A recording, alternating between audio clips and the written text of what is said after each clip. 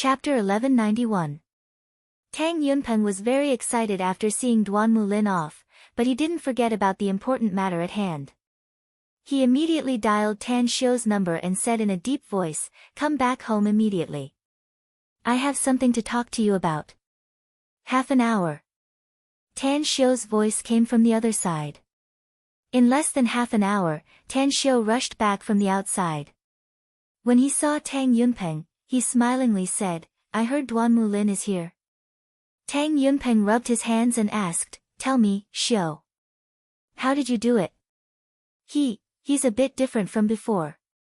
"It's nothing, actually." Tan Xiu chuckled and said, "Duan Mulin is the director of the Special Abilities Bureau, which is of great benefit to our Tang family. I just taught him a cultivation technique, gave him some pills, and promised to let him join the Tang sect after a few decades to become a real cultivator. Also, let him leave with us." "Where to?" asked Tang Yunpeng hurriedly. "The immortal world," answered Tan Xiu seriously. Tang Yunpeng shuddered all of a sudden and exclaimed in shock, "The immortal world? A world where martial cultivators can ascend to the end of their cultivation?" "That's right." Tan Xiu nodded. Tang Yunpeng was silent for a long while and then seriously asked, "Cultivation, what kind of place is the immortal world? Is it really like heaven like the legends say?" Tan Xiu sneered and shook his head. "The scenery in the immortal world is naturally like heaven, and the good things there are rarely seen on earth. But it's not heaven at all. If I must describe it and compare it to earth, it's simply hell." Tang Yunpeng opened his mouth, but he didn't know how to express himself. "First uncle, it's natural selection and survival of the fittest," said Tan Xiu. "What I just said is a bit extreme, but it's not without reason. If you want to think that the immortal world is heaven, then you must have formidable power. If you're weak, then you're worse than pigs and dogs in the immortal world. There's no law there, and there's no real peace there." The immortal world was huge, 100 million times bigger than the Milky Way. There were countless races there, and countless experts could be seen everywhere. Immortals are powerful, right? Tens of thousands of immortals died every day in the world of immortals. The number of living beings that die every day is probably in the hundreds of millions. Seeing that Tan Xiu had stopped, Tang Yunpeng murmured, "Then why did you bring your clansmen?" Tan Xiu raised his hand to interrupt Tang Yunpeng and seriously said, "Uncle, you must go to the immortal world if you want to become stronger and live longer. There were immortal pills and bejeweled nectar there. There were places where he could become stronger and stronger. Don't you want to live for 1,000 years, 10,000 years, or even longer? Don't you want to be able to destroy a planet with a flick of your finger and a galaxy with a punch? Uncle, the Earth is too small.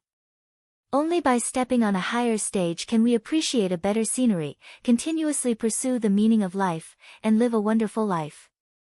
Tang Yunpeng felt as if all the blood in his body was surging crazily. It had been many years since he had felt such hot blood. The immortal world. Power. Tang Yunpeng stared at Tan Xiu and asked in a deep voice, "How did you know about it, Xiu?" Tan Xiu took a deep breath and slowly shook his head. "It's not the right time to tell you, uncle. Please don't ask again. I'll naturally tell you everything when we set foot in the immortal world in the future. What you need to do now is to cultivate.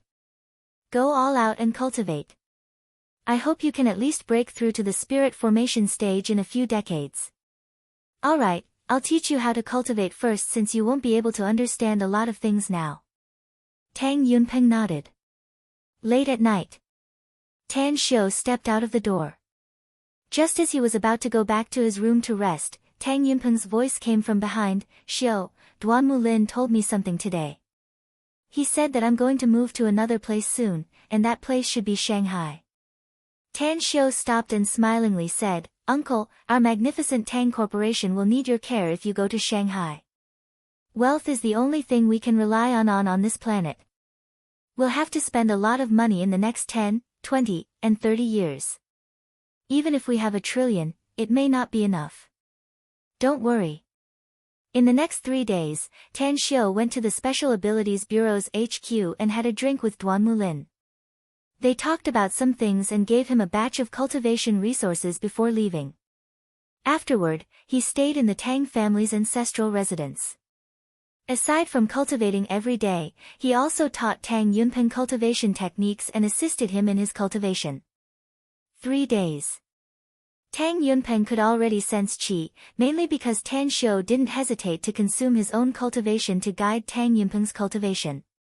December 15th. Early in the morning, heavy snow fell without any warning. Even the weather station didn't announce that there would be snow today. Just as Tan Xiu was about to leave for Shanghai, he received a call from Bai Tao. Tan Xiu, Qin Xiaoyang and I are at the Regent Entertainment Clubhouse. Do you want to come over? All right, I'll be there right away. Tan Xiu hung up the phone. He decided to see Bai Tao and Qin Xiaoyang before leaving. He didn't have many friends in the imperial capital, but Bai Tao and Qin Xiaoyang were 2 of them. Bai Tao, in particular, was someone he knew back in Jingmen Island. Due to his relationship with Long Zhengyu and Ouyang Lulu, Bai Tao helped him buy a lot of precious medicinal herbs when he first returned to Earth, which helped him a lot.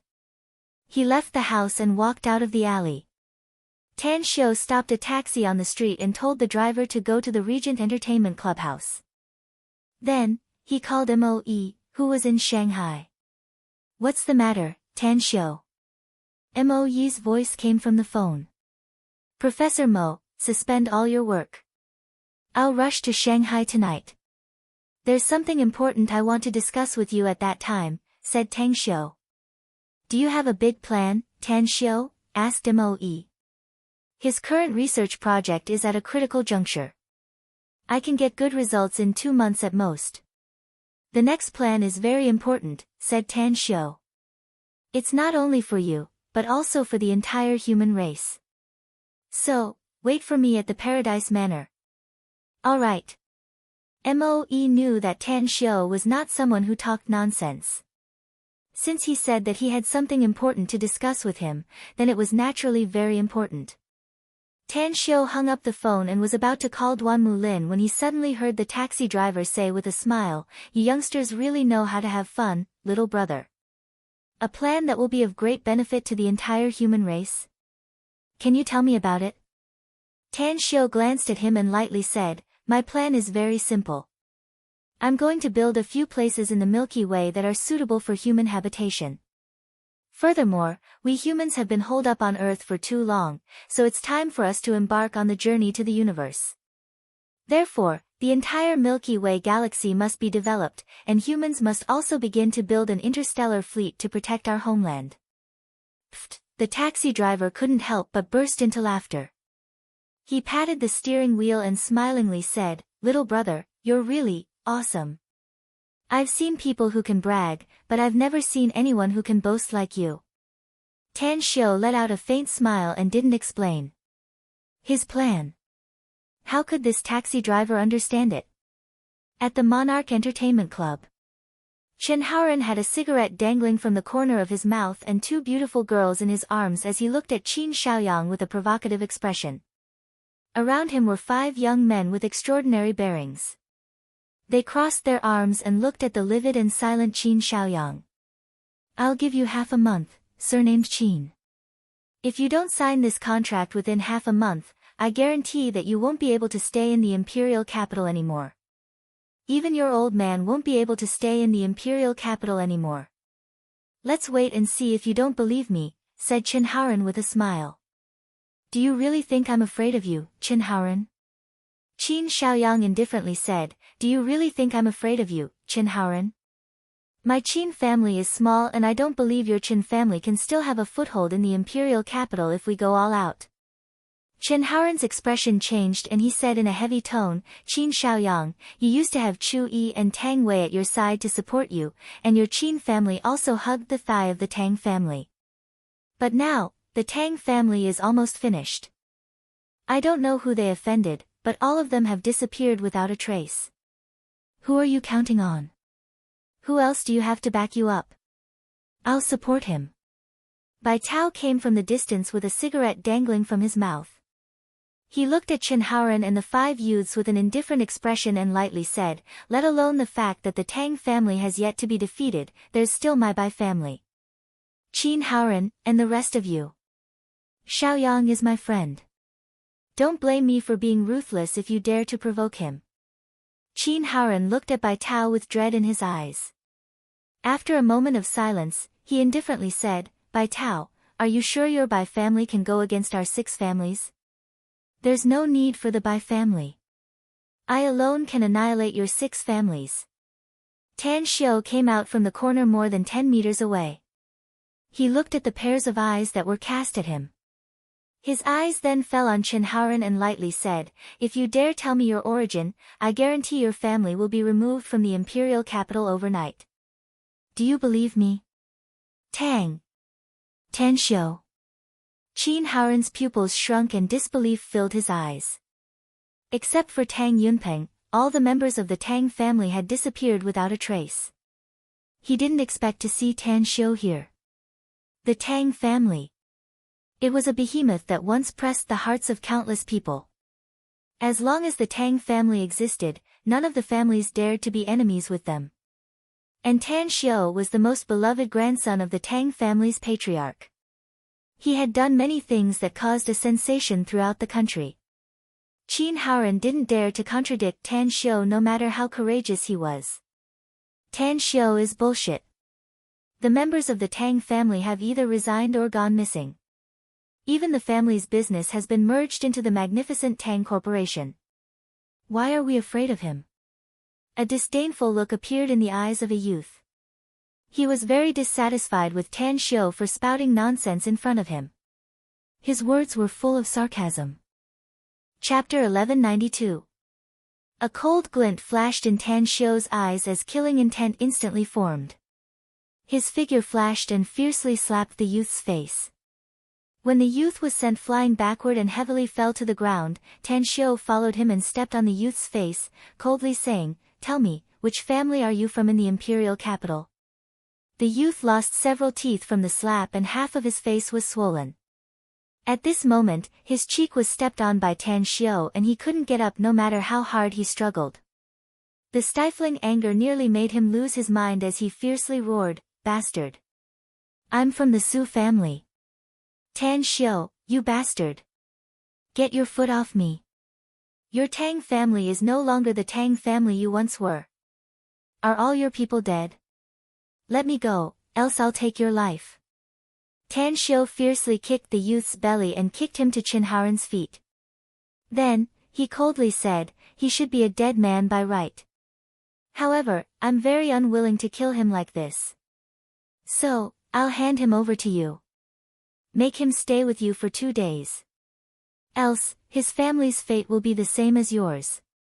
After saying that, he then looked at Bai Tao and Qin Xiaoyang and lightly said, prepare the dishes and wine. I'll invite you to watch the show tonight. My Tang family has important things to do, so they have to leave China temporarily. But if they think that my Tang family has no one left, then they're gravely mistaken. Just by myself, I can easily destroy an entire family. Qin Xiaoyang watched Tan Xiu's means and secretly felt relieved, so he said in a deep voice, I'll immediately order my men to prepare the best dishes and wine. We'll make sure they're full today. Chen Haoran looked at Tan Xiu in a daze. He recalled a lot of legends about Tan Xiu. Although he wasn't 100% sure about many things, he was still very clear that even without the Tang family's protection, Tan Xiu was already a powerful character. Not to mention anything else, just the magnificent Tang Corporation alone was not what it used to be. However, if the Tang family really collapsed, then it would be quite difficult for an ordinary businessman like Tan Xiu to keep the magnificent Tang Corporation. Even if the magnificent Tang Corp had a huge scale and solid capital, it would not be able to do so. Since ancient times, commoners had never fought with officials. No matter how successful a merchant was, he would have to retreat in the face of a big shot in the bureaucracy. If there's a chance, greed sprouted in Chen Haoran's heart. He glared coldly at Tan Xiu. Then, he and the rest of the gang carried the beaten-up comrade and quickly left the Emperor Entertainment Club.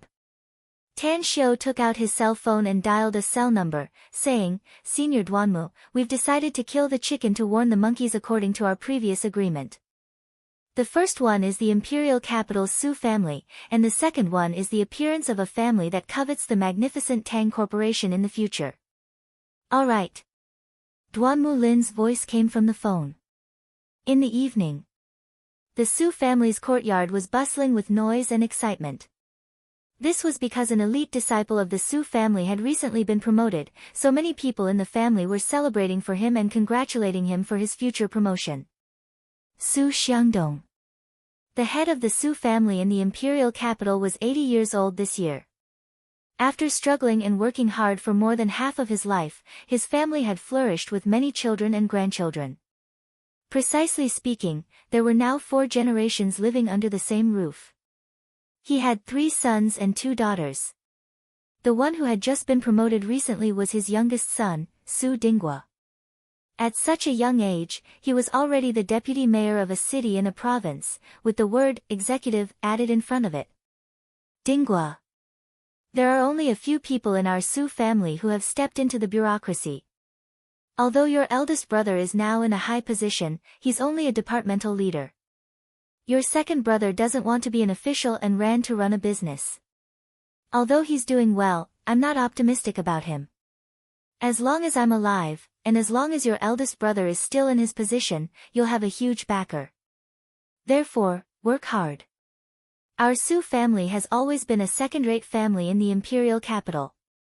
I hope that I can see our Su family squeeze into the first-rate families in the imperial capital in my lifetime. I'll definitely work hard, Dad. Su Dinghua nodded. Recently, several friends of mine are preparing to invest in the area under my jurisdiction because of me. As the main person in charge of attracting investments, it won't be difficult for me to go further as long as I can make some achievements. Su Xiangdong happily said, the resources of our Su family will be tilted to you as much as possible in the future. Therefore, you must do your job well and advance step by step. You must go further than your eldest brother in the future. I'll definitely work hard, said Su Dinghua with a smile. Suddenly, a middle-aged man rushed in from outside the door. When he came before Su Xiangdong and Su Dinghua, he whispered, something is wrong, patriarch. Su Xiangdong furrowed his brows and asked, what's wrong? A lot of strangers have appeared in the vicinity of our Su family's courtyard since an hour ago, said the middle-aged man. They seem to be casually strolling around or doing some things, but they're always observing our Su family's courtyard. I sent Xiaolong out to scout the situation, but they haven't come back until now after they lured them away. Su Xiangdong's expression slightly changed and he asked in a deep voice, then you go and ask them who they are. Arrest them directly if you find them suspicious. Understood. The middle-aged man replied and strode out of the room. A few minutes later, the middle-aged man came to the front of the 2 youths along with 4 ruthless men with good skills. He looked at the other party's gaze and asked in a deep voice, who are you? Why are you spying on my Su family? The 2 youths exchanged glances and one of them lightly said, I don't know what you're talking about. We just had dinner and strolled around here to digest our food. Dishonest. The middle-aged man coldly snorted and said, arrest the 2 of them. Give them a good lesson if they don't tell the truth. Understood. The 4 big men replied and moved to arrest the 2 youths. Rebellion. The Su family is rebelling. The Su family is committing treason. Damn bastards. The 2 youths quickly retreated and then roared loudly. Immediately after, figures appeared in the surroundings. Their speed was extremely fast, several times faster than ordinary people running at full speed. As soon as they appeared, they immediately attacked the middle-aged man and the 4 big men. In just a few breaths, the middle-aged man and the 4 men were all severely injured and fell to the ground, unconscious. Creak, 4 black cars quickly stopped in front of the Su family's gate. As the doors were opened by the big men, Duanmu Lin and Tan Xiu got out of the cars.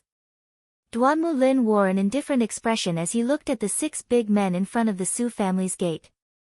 Then, he said in a deep voice, the Su family has committed treason and openly attacked the Special Abilities Bureau's people. Storm the Su family's courtyard and arrest them all. You're allowed to behead anyone who resists. Understood. Dozens of experts from the Special Abilities Bureau rushed to the courtyard gate. The 6 Su family experts standing at the gate quickly exchanged glances and tried to stop them, but they were easily dealt with by the Special Abilities Bureau's experts. For a moment, the entire Su family's courtyard was in chaos. It was a complete mess. In the innermost courtyard, Su Xiangdong and Su Dinghua had already come out. Their complexion greatly changed when they saw dozens of Special Abilities Bureau experts rushing inside. Following Su Dinghua's roar, all the Su family's guards appeared and quickly rushed toward the Special Abilities Bureau's experts. Fight! Fight! The entire Su family became more chaotic and the smell of blood was getting thicker. In just a few minutes, at least dozens of Su family's guards were killed by the Special Abilities Bureau's experts. Stop! All of you stop! Su Xiangdong's complexion changed. He could see that the enemies who rushed into his house were very strong, so strong that he trembled. What made him feel that the situation was far from good was that several of those enemies had already used their special abilities. That's right. It was their special abilities. Nearly all the ability users in China belonged to the Special Abilities Bureau. He had a vague feeling that the people who attacked his family were people from China's Special Abilities Bureau. Duan Mulin and Tan Xiu slowly walked into the backyard. Seeing that both sides had stopped fighting, a sneer appeared on Tan Xiu's face. Patriarch Su? Asked Tan Xiu lightly. Su Xiangdong's complexion slightly changed when he saw Tan Xiu. His old body secretly trembled when he saw Duan Mulin and a horrified look appeared in his eyes. He knew Duan Mulin's identity and also knew that his guess was correct. Those who attacked his Su family's guards were people from the Special Abilities Bureau. Director Duanmu. Su Xiangdong clenched his fists and then quickly loosened them. A wry smile appeared on his old face as he said, Director Duanmu, do you really need to put on such a show of force with your presence? If anyone in my family has offended you, you can come here alone. My family won't dare to go against you, Director Duanmu. Your Su family colluded with foreign forces and posed a huge threat to China's public security, Su Xiangdong, said Duan Mulin indifferently. We even received a secret report saying that you, Su Xiangdong, have committed treason. I didn't believe it at first, but your Su family attacked our Special Abilities Bureau's people as soon as we came to investigate. It seems that the intelligence is correct. Everyone in your family deserves to die. Treason. Disbelief filled Su Xiangdong's eyes as he exclaimed, Director Duanmu, you can eat indiscriminately, but you can't speak irresponsibly. My Su family has always been law-abiding, so how can we betray our country? I think there must be some misunderstanding here. Duan Mulin looked at Tan Xiu and gave Tan Xiu a look. Tan Xiu nodded without a word. His lips moved and he sneered, Patriarch Su, it's not up to you to say whether your family has betrayed your country or not. It's up to me to say it. Su Xiangdong's complexion changed and he stared at Tan Xiu. After carefully observing him several times, he slowly said, Are you Tan Xiu of the Tang family? It seems that your eyes aren't that bad since you can recognize a nobody like me. Tan Xiu lightly smiled. That's right, I'm Tan Xiu of the Tang family. Is there any enmity between my family and your family? Asked Su Xiangdong. Chapter 1193. A smile appeared on Tan Xiu's handsome face after hearing this. He shook his head and said, There's no enmity between the Tangs and the Sus. Your family isn't worthy of it. Since there's no enmity between us, why are you? Su Xiangdong angrily retorted. Tan Xiu raised his hand to interrupt him and coldly said, There's no enmity between the Tangs and the Sus. But I have a grudge with your grandson, Su Xiaoguang. He said that all the people in my family are dead and that my family is no longer the same as before. That's why I want to let your family know that there are still people in my family. Su Xiangdong finally understood that the reason why Tan Xiu came here with such great fanfare and even colluded with the Special Abilities Bureau was because his grandson had offended him. But was there a need to use such a force to deal with the conflict between youngsters? Was there a need to accuse his family of treason? Suddenly, he realized something and his pupils shrunk as he involuntarily exclaimed, Tan Xiu, are you going to kill the chicken to warn the monkeys? Tan Xiu gave a thumbs up and praised, no wonder the Sus can stand tall in the imperial capital for decades. Patriarch Su is really wise. It's a pity that your descendants didn't live up to expectations and brought disaster to your family. You can just wait to die now that things have happened. Duanmu Lin slowly raised his hand. Wait. Su Xiangdong's expression changed and he shouted, I know your purpose, Tan Xiu, but please give the Sus a way out. If that unfilial son of mine, Su Xiaoguang, has offended you, I can hand him over to you. You can decide whether he lives or dies. Tan Xiu squinted and looked at Su Xiangdong, who looked like he had aged several years in a flash. Then, he lightly said, it's not impossible if you want to sue for peace. If you want me to spare the lives of everyone in the Su family, we can talk about it. It's just that the Special Abilities Bureau is short on funds recently and needs to purchase various equipment. My family is willing to pay. Just name the number, said Su Xiangdong in a deep voice. Tan Xiu stretched out a finger and lightly said, 10 billion. If you want all the Su family members to survive, the Special Abilities Bureau has a funding gap of 10 billion. Hiss, even though the Su clan was wealthy, Su Xiangdong couldn't help but suck in a breath of cold air when he heard Tan Xiu's sky-high price. 10 billion. His Su family was indeed able to gather so much money, but once he took out so much money, the Su family's vitality would be greatly damaged, and it would be difficult for them to recover without a few decades. What to do? Su Xiangdong's expression kept changing and he finally said in a deep voice, no problem. My Su family is willing to fork out 10 billion yuan to fund the Special Abilities Bureau. Tan Xiu gave a thumbs up and praised, Patriarch Su, you're really flexible. You're really good. The second condition was that the Su family's Su Dingguo was old and no longer suitable to mix in the officialdom. So, let go of your responsibilities and be an ordinary citizen. Su Xiangdong looked like he had eaten 10,000 dead flies and his face was extremely unsightly. Although the Su family had a lot of people, there weren't many juniors with potential. Su Dingguo was the future hope of the Su family, and he was counting on his son to go further in the future. It would be best if he could become a governor. If he were to resign, the Su family's future path would be more difficult, and it would be even more difficult for them to recover to their current situation. I promise you. Su Dingguo, who was at the side, clenched his fists tightly, his nails digging deep into his flesh and blood dripping down from his fingers. All members of the Su family are to stay at home for the next 6 months and are not allowed to step out of the house, said Tan Xiu lightly. I promise you. Su Xiangdong's voice was nearly squeezed out from his throat. My last request is that Su Xiaoguang must be punished since he made a big mistake. Tan Xiu sneered. I don't want him to stand and offend people in the future. Puff, Su Xiangdong spurted out a mouthful of blood. He would have fallen to the ground if it wasn't for Su Dingguo's quick reflexes to support him. I'll break his legs with my own hands. Su Xiangdong's face was ashen after he finished speaking. If that's the case, then I'll wait for your promise. Tan Xiu nodded with satisfaction. I don't care how arrogant your Su family is, nor do I care how powerful the other families are. Today, I'll let everyone in the country know that my Tang family still has people. Having said that, he nodded to Duanmu Lin and cupped his fists.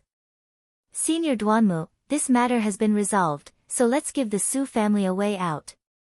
Don't worry. If the Su family dares to make an enemy of my Tang family in the future, my Tang family will exterminate them without leaving a single chicken or dog alive. I don't want to interfere in your family's struggle, said Duanmu Lin lightly. But remember to do it secretly if you exterminate the Su family. Don't let me know about it. Don't worry. Tan Xiu chuckled.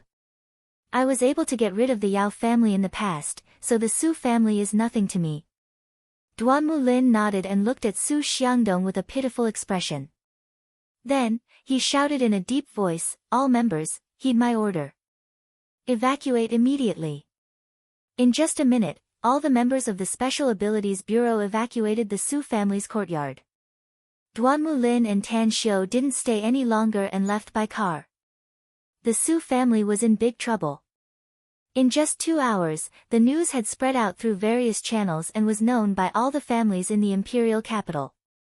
Even some of the more powerful families in the other provinces of Huaxia knew about this matter. The Tang family still has people. The news was like a gust of wind that quickly spread to the ears of all the powerful people in China. Even the biggest boss could only force a wry smile after hearing it. He shook his head and no longer paid attention to it. At the Regent Entertainment Club, Bai Tao and Qin Xiaoyang sat quietly at the dining table, waiting for Tan Xiu's arrival. Both of them had the same expression and were thinking about something in silence. Ring, ring, ring, Bai Tao's cell phone suddenly rang, awakening the two of them from their contemplation.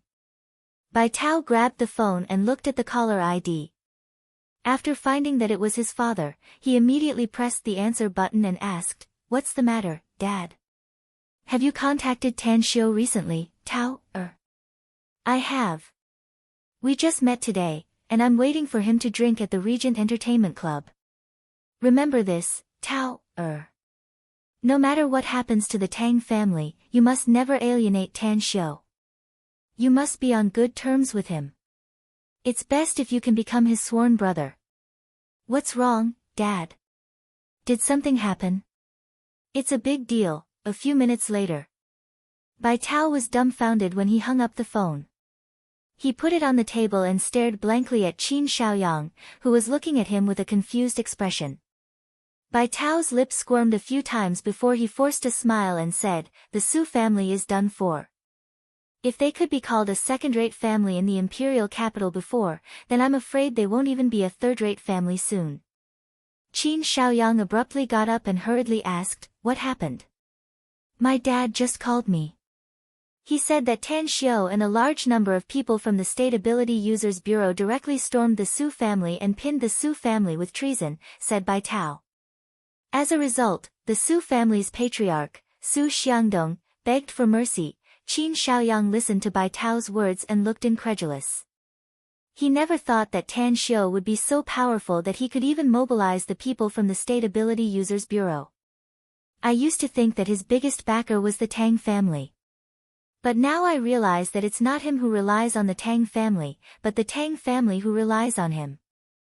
I can't imagine how powerful he is now," said Qin Xiaoyang with a bitter smile after taking a deep breath. "When I first met Tan Xiu, he was just a nobody who had just risen to prominence." Bai Tao nodded. "I never thought that he would reach this level in just a few years. To be honest, I'm worried after hearing what he did today. How can I play with him happily in the future?" Qin Xiaoyang thought for a while and said, "Bai Tao, I really want to be friends with Tan Xiu. It's not just because of his identity, nor is it because of his ability. Ever since I met him, I found that he has a good character and values friendship. He's a rare friend. Therefore, I've thought it through. No matter how powerful he will be in the future, I'll keep a good attitude and make friends with him sincerely. I only care about him, regardless of his other conditions." "Well said."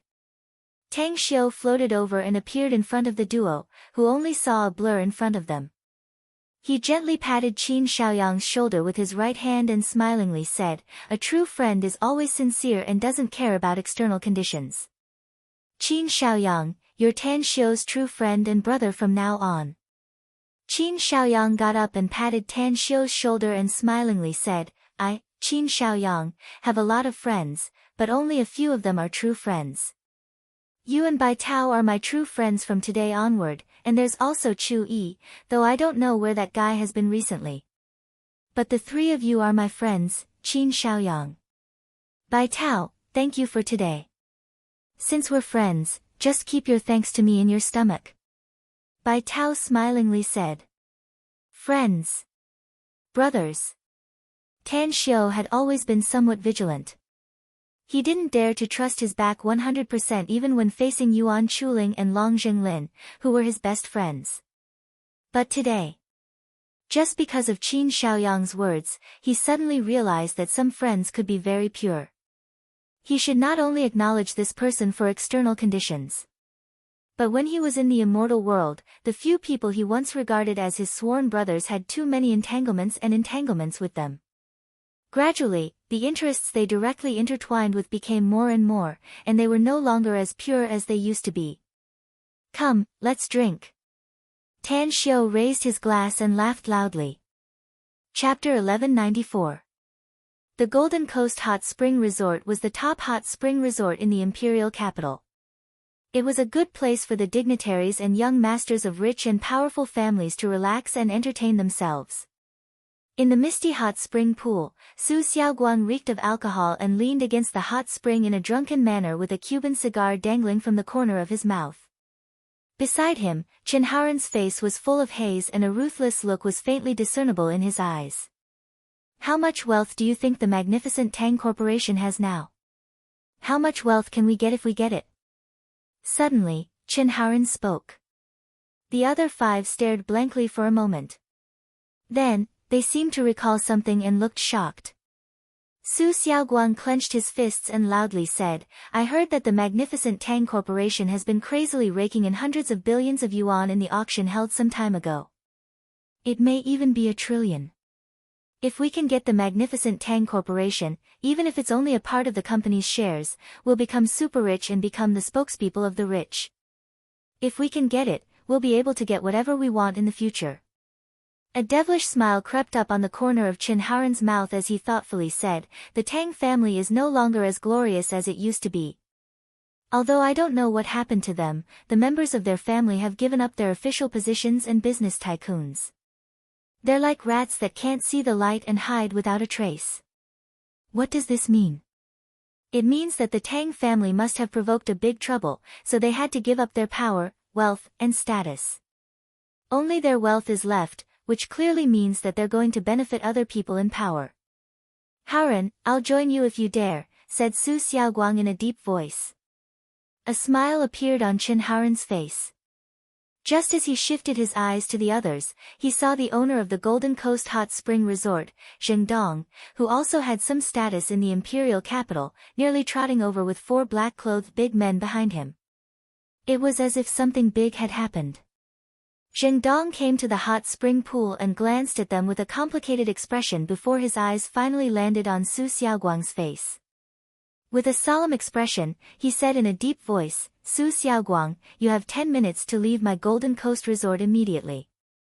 Also, you're no longer welcome here starting today. What? Dumbfounded, Su Xiaoguang stared blankly at Zheng Dong as though he didn't know him. In the past, Deng Dong would always nod and bow in front of him, enthusiastic like a slave. Why are you turning your back on me now? Could it be that he had offended him somehow? Chen Haoran furrowed his brows and asked in a deep voice, what do you mean, Boss Zheng? We're brothers. You're driving Su Xiaoguang away so blatantly. Aren't you driving us away as well? Zheng Dong hesitated for a moment before he forced a wry smile and helplessly said, Young Master Chen, I don't want to drive Su Xiaoguang away either, but I don't dare not drive him away. He's in big trouble. If I let him stay here willfully, he might drag me down with him. Let me give you a piece of advice. Hurry up and cut ties with Su Xiaoguang. Otherwise, a disaster might befall you. Chen Haoran was confused. What do you mean? Zheng Dong said, Young Master Chen, haven't you heard? This Su Xiaoguang, of all people to provoke? He just had to provoke the Tang family's young master. As the saying goes, a lean camel is still bigger than a horse. The Tang family is a super rich and powerful family. Even a super family like the Yao family was eventually annihilated by the Tang family. Yet he dares to provoke the Tang family. Isn't he courting death? Alas, I won't say anything more. Surnamed Su Brat, hurry up and get out of here. Don't bring your disaster to me. We're just small businessmen, so we can't afford to play with you. Su Xiaoguang jumped out of the hot spring pool naked. But he had drunk a lot of wine last night, so he was already in a drunken stupor. He lost his footing and directly fell to the ground. Along with that scream, he sobered up a lot. Surnamed Deng, what the fuck did you say? Repeat it to this father. Su Xiaoguang struggled to get up and shouted angrily. Zheng Dong squinted his eyes and said indifferently, Young Master Su, don't blame me for being heartless. It's just that the enemy you've provoked is too terrifying. Let alone me, even your Su family is in big trouble this time. I dare say that your Su family won't be able to make a comeback in the next decade. You're on your own now. Su Xiaoguang struggled to get up and shouted sternly, Surnamed Deng, what the hell happened? Tell me clearly. Zheng Dong glanced at the small table beside the pool. His eyes then swept over the mobile phones on the table and lightly said, I'm really curious. The outside world is already in an uproar, so why are you still indifferent? Didn't anyone call you? Could it be that your Su family's patriarch dotes on you to this extent? Your family is on the verge of collapse, yet you're being ignored. My family is on the verge of collapse? Su Xiaoguang was shaken inwardly. He might be a silk pants, but he was also a smart man. He faintly realized that something big had happened through Zheng Dong's performance and the words he said after he arrived. Immediately after, he rushed to the table beside the pool and grabbed his mobile, only to find that it had automatically shut down due to running out of battery. Therefore, he quickly grabbed Chen Haoren's mobile and quickly dialed his father's number. Who is it? An angry voice came from the phone. It's me, Dad, said Su Xiaoguang quickly. Did something happen to our family? There was no sound coming from the phone for more than 10 seconds. Just as Su Xiaoguang was feeling restless, a voice finally came through, but it was a roar, you fucking animal. You only know how to stir up trouble outside all day long. Get the hell back here. You must come back home within half an hour. Beasts? Father actually called me an animal? Disbelief filled Su Xiaoguang's eyes and his heart gradually fell to the bottom. He was now 100% sure that something had happened to his family, and it should be a huge matter. Chen Haoren's brows deeply furrowed as he walked to Su Xiaoguang's side. He took the phone from his hand and asked, what happened? Su Xiaoguang turned his head with difficulty. His eyes fell on Chen Haoren and his lips squirmed a few times, but no sound came out. In the next moment, he trembled and walked to the side of the pool. He put on his clothes and staggered outside. Go home. He needed to figure out what exactly happened to his family. While fiddling with the phone, Chen Haoren looked at Zheng Dong and inquired, Boss Zheng, your performance today made me have a whole new level of respect for you. But I believe there's a reason for it given your character. Tell me, what exactly happened to the Su family? Young Master Chen, I know you're friends with Su Xiaoguang, but you'd better listen to my advice and draw a clear line with him immediately. Don't have any connection with him in the future. Of course, if my guess is correct, I'm afraid you'll have fewer and fewer interactions with him in the future. Get to the point. Chen Haoren's expression turned cold. I don't know how Su Xiaoguang provoked the Tang family either, said Zheng Dong. In the end, Tan Xiu and a large number of ability users from the Special Abilities Bureau directly blockaded the Su family's courtyard. The Special Abilities Bureau even charged him with treason and killed at least dozens of the family's guards. Then, that Tan Xiu of the Tang family. Zheng Dong recounted the matter and finally sighed. All the rich and powerful families in the imperial capital are now aware of this matter. Not only the imperial capital, but all the influential families in China have also received the news.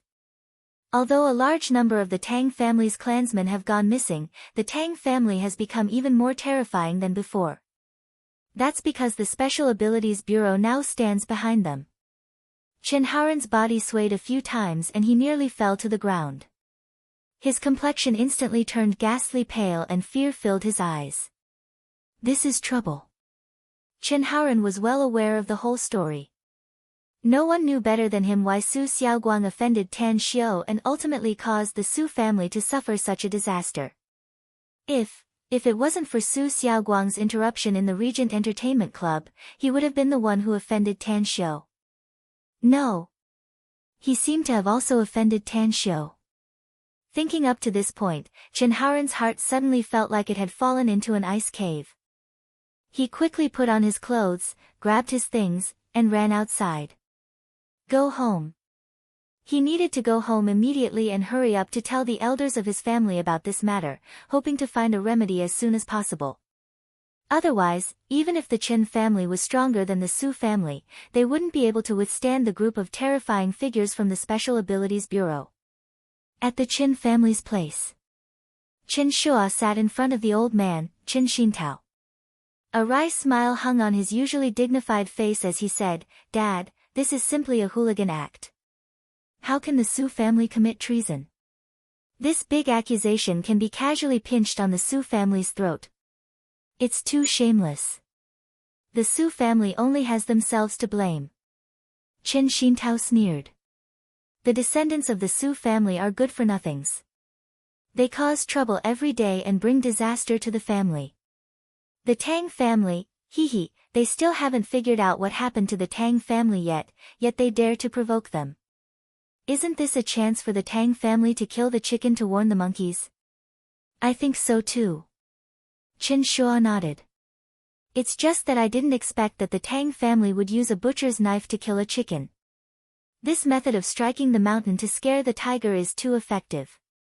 Tang Yunpeng hasn't done anything from the beginning to the end. Tang Yunpeng is the only one left in the Tang family now, said Chen Xintao. I'm afraid he must have something very powerful in his hands. He didn't even need to do anything, yet Tan Xiu easily brought out a mountain and directly crushed the Su family. Amazing. Truly amazing. Chen Shua nodded and was about to speak when he suddenly recalled something.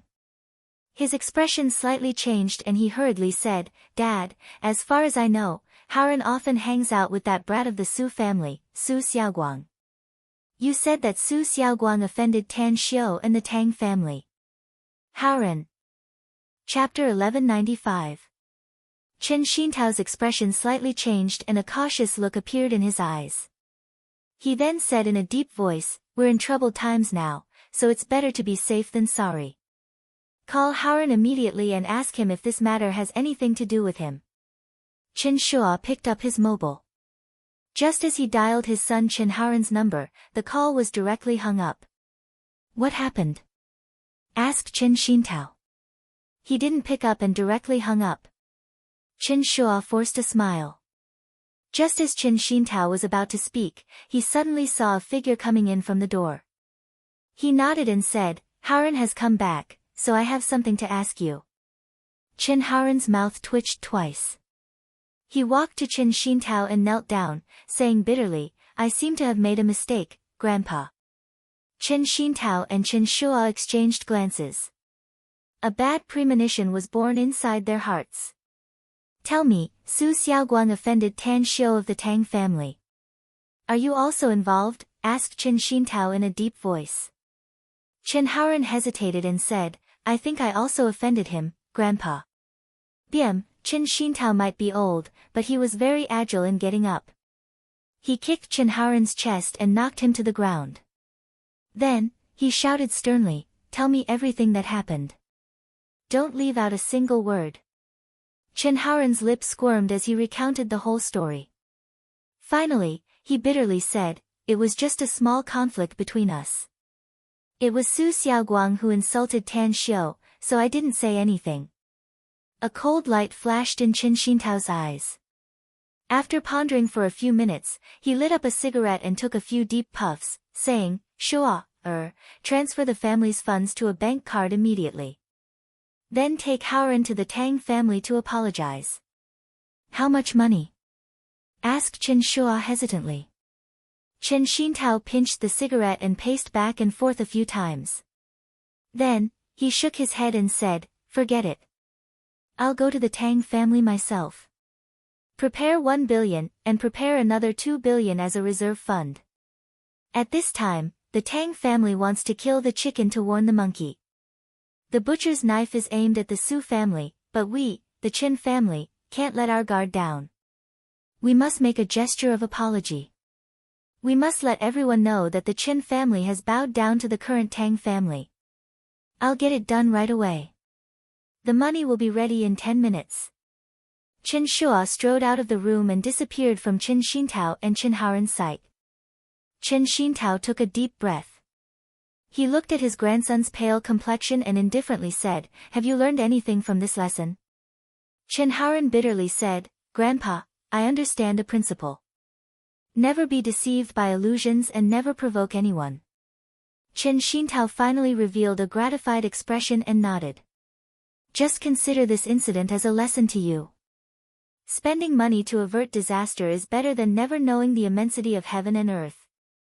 Remember, there must be a reason behind this anomaly." Except for Tang Yunpeng and Tan Xiu, all the other members of the Tang family have disappeared. This doesn't mean that the Tang family has fallen. If my guess is correct, the Tang family must have a big plan. "What big plan?" asked Qin Haoren. "You ask me, but who am I supposed to ask?"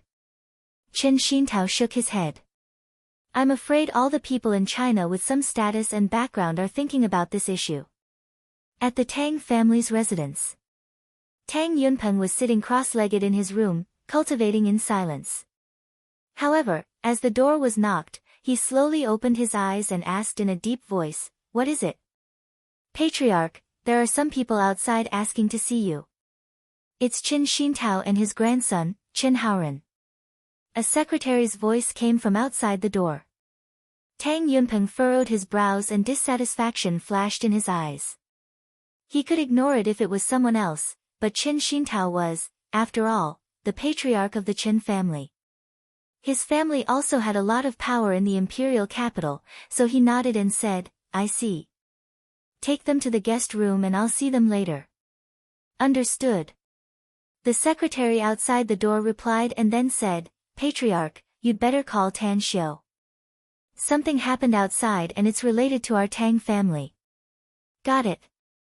Tang Yunpeng replied and then took out his mobile phone to call Tan Xiu. After asking and listening to Tan Xiu's answer, a strange expression appeared on his dignified face. Even though Tan Xiu was not in front of him, he still gave him a thumbs up and praised, "Well done, Xiu." "I've done what I should do, first uncle," said Tan Xiu with a smile. "If you can really go to Shanghai to work, then our Tang family will have a much easier time in the future." "Duanmu Lin has always been a very cautious person," said Tang Yunpeng. "Since he has already said it, then it shouldn't be a big deal. Just wait. I'm sure there will be a result soon." "That's good, then." Tan Xiu smiled. "First uncle, I'm leaving the imperial capital tonight to deal with something in Shanghai.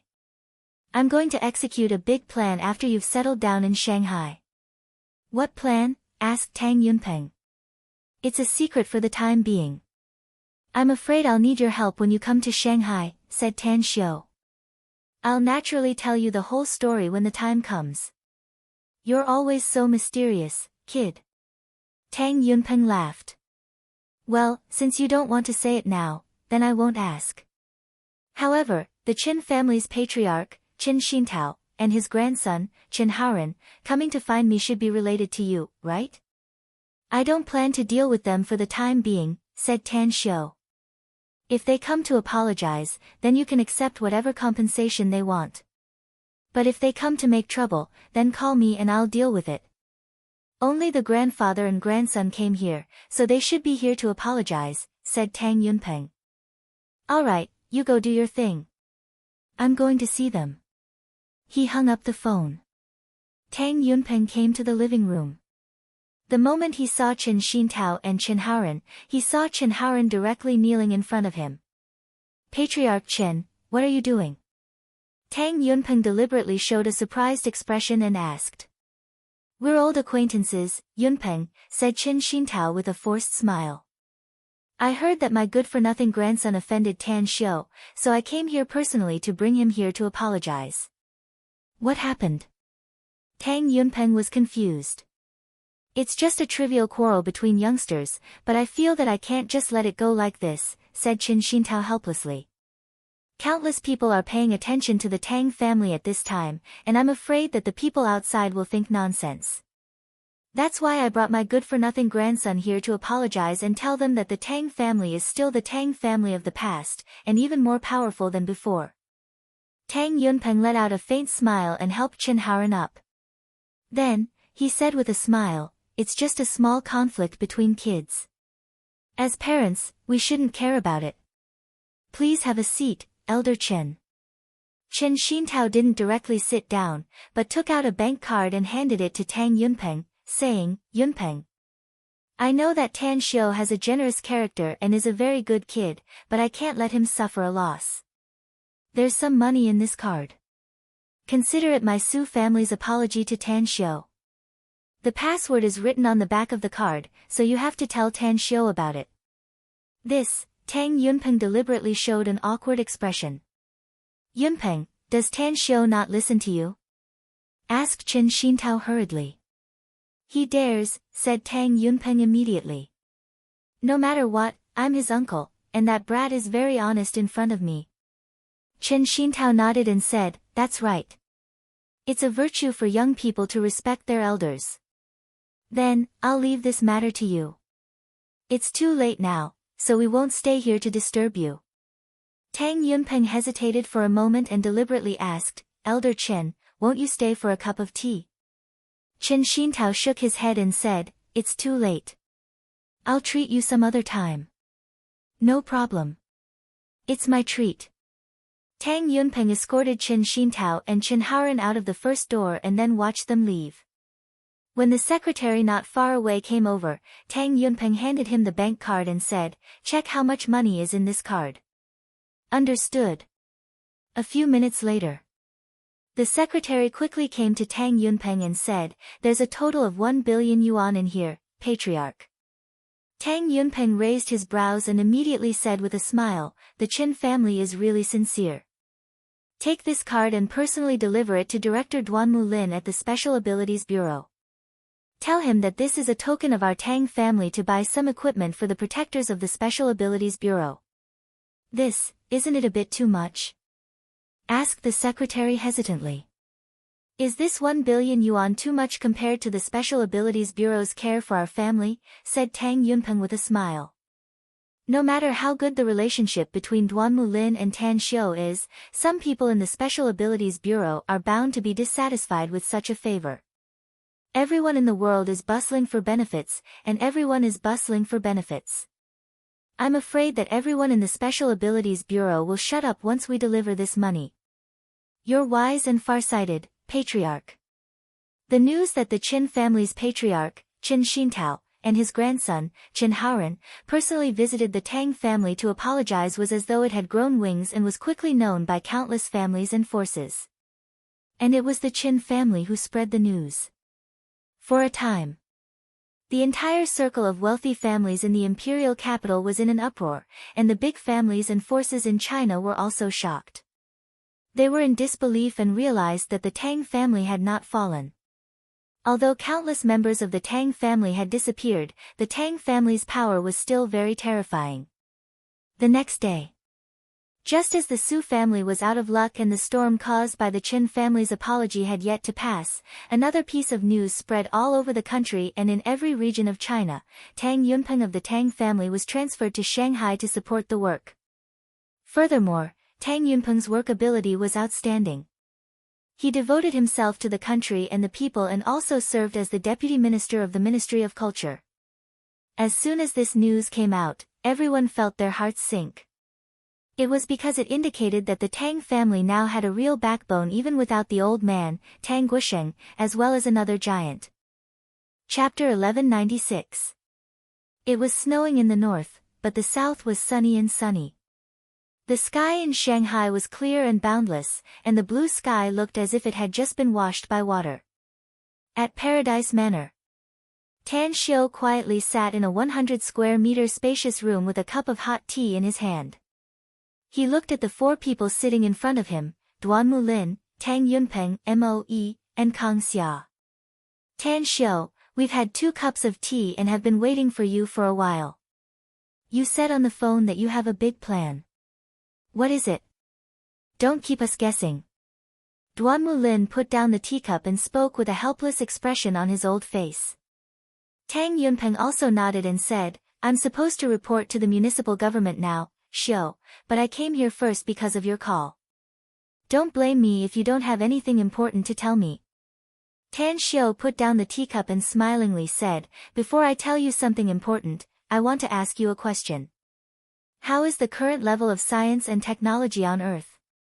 Duan Mulin and Tang Yunpeng exchanged dismayed glances, whereas Moe and Kang Xia were confused and didn't know how to answer Tan Xiu's question.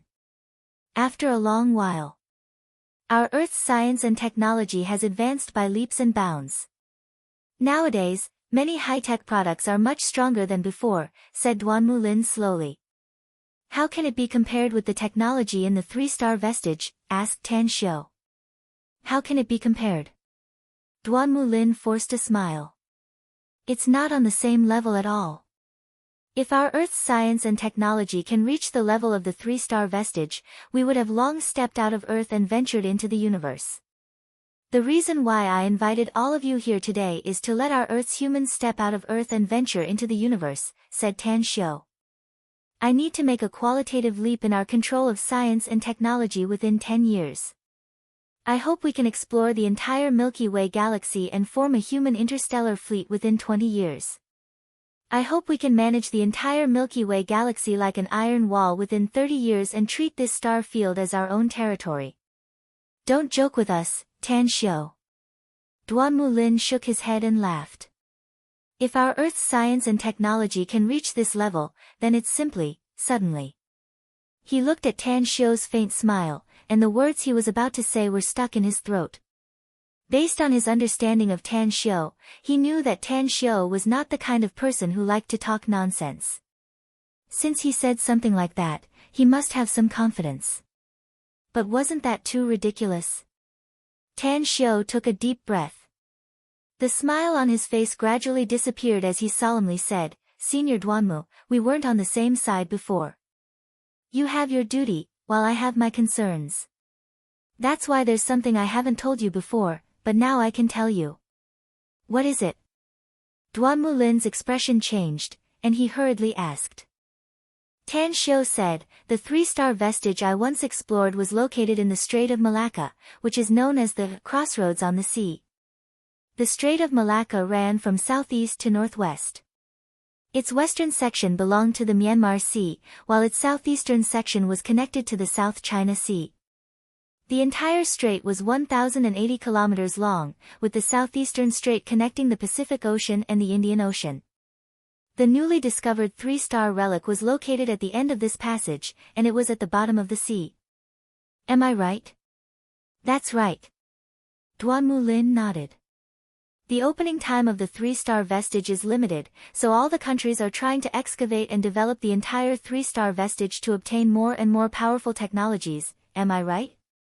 Tan Xiu asked. That's right. Duan Mulin nodded again. Nowadays, all the countries are at a loss about what to do with the 3-star vestige, Tan Xiu said. But I can tell you that the 3-star vestige is now under my complete control. It can be said that I'm the master of that place, and all the technological power inside can be used by me. I even obtained a lot of technological content that far exceeds the Earth's level from the AI in the 3-star vestige. Time, money, and manpower. If I can have these 3 conditions, I can create a high-tech world. What? Duan Mulin looked shocked and incredulous as he looked at Tan Xiu. Despite his formidable strength, he still couldn't help but shiver. You didn't hear it wrong, Tan Xiu said solemnly. I've fully controlled the 3-star vestige, so I can enter and leave it at any time. All the technological products inside belong to me, and all the technological knowledge inside can be used by me at any time. Senior Duanmu, I'll tell you the truth. That vestige is actually a huge interstellar battleship.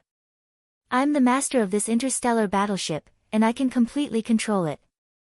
If I have enough energy crystals, I can even drive it out of Earth and into the depths of the universe. Duan Mulin gulped down and looked at Tan Xiu's serious expression. It was difficult for him to express his feelings. Shock. There was even shock.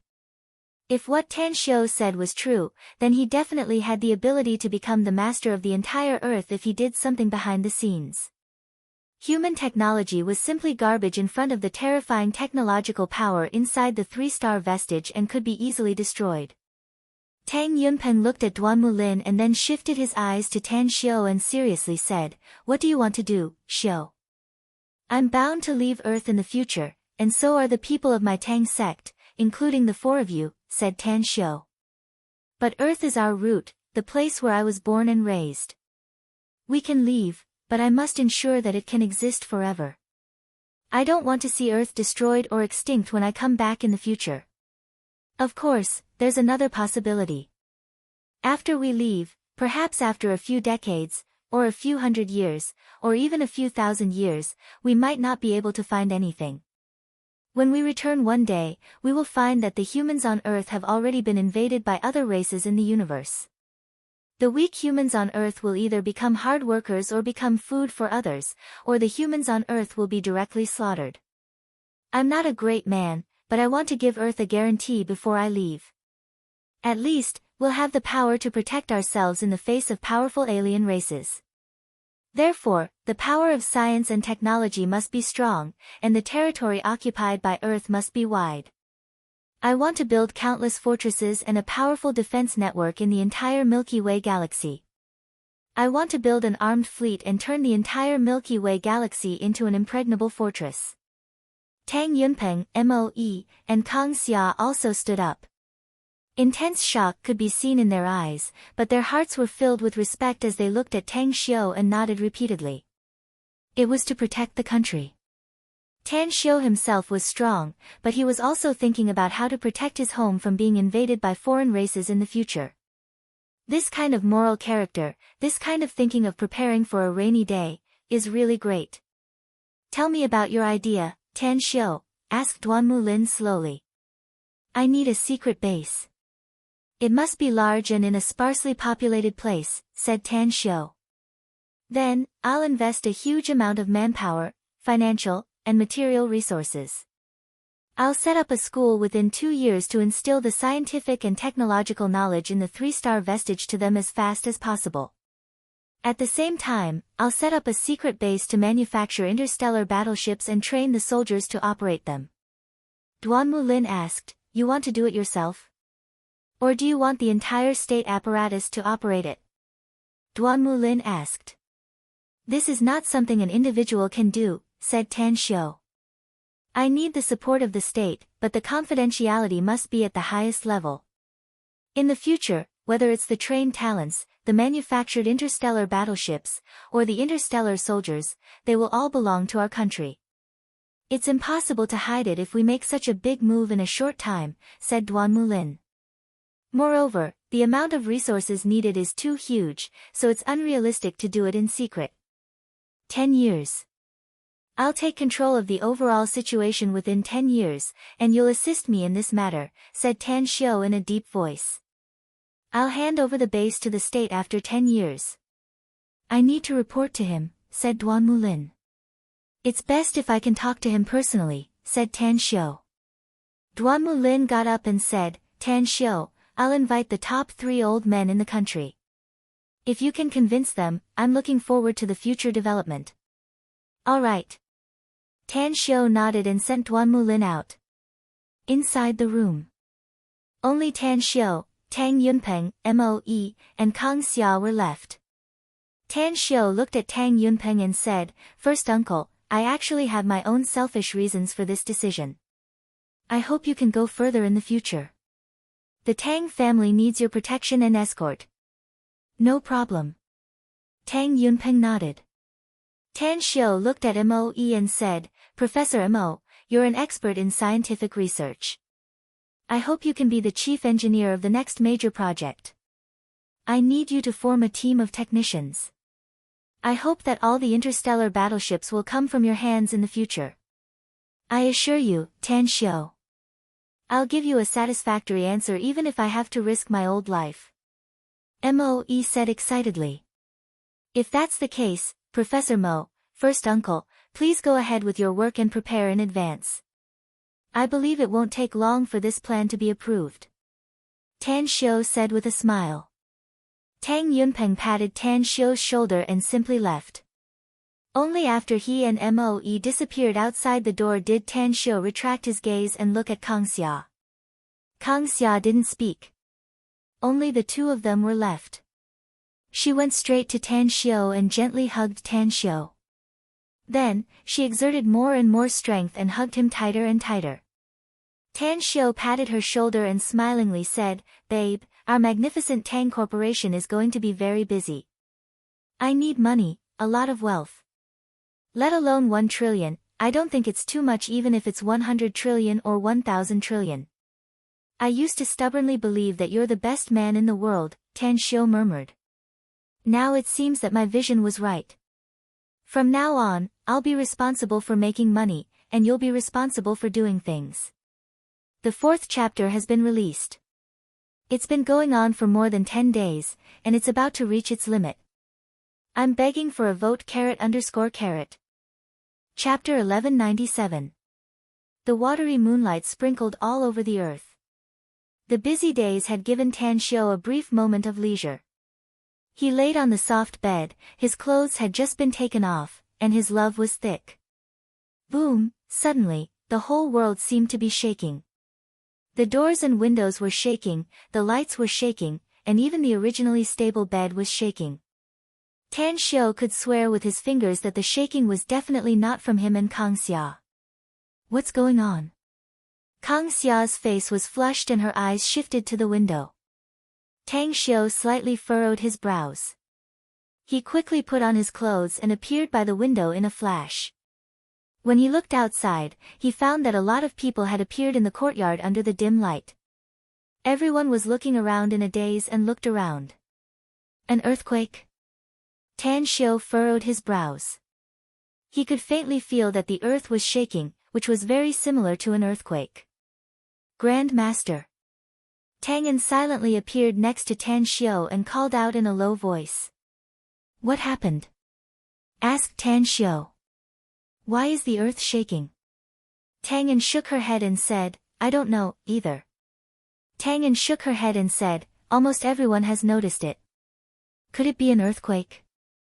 It shouldn't be. Tan Xiu shook his head and said, it would be a huge disaster otherwise. Having said that, he directly dialed Jin Shi's cell number and asked in a deep voice, where are you?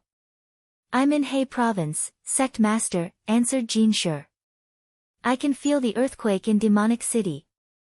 Immediately contact the intel personnel here and tell them to investigate what exactly happened, said Tan Xiu. What?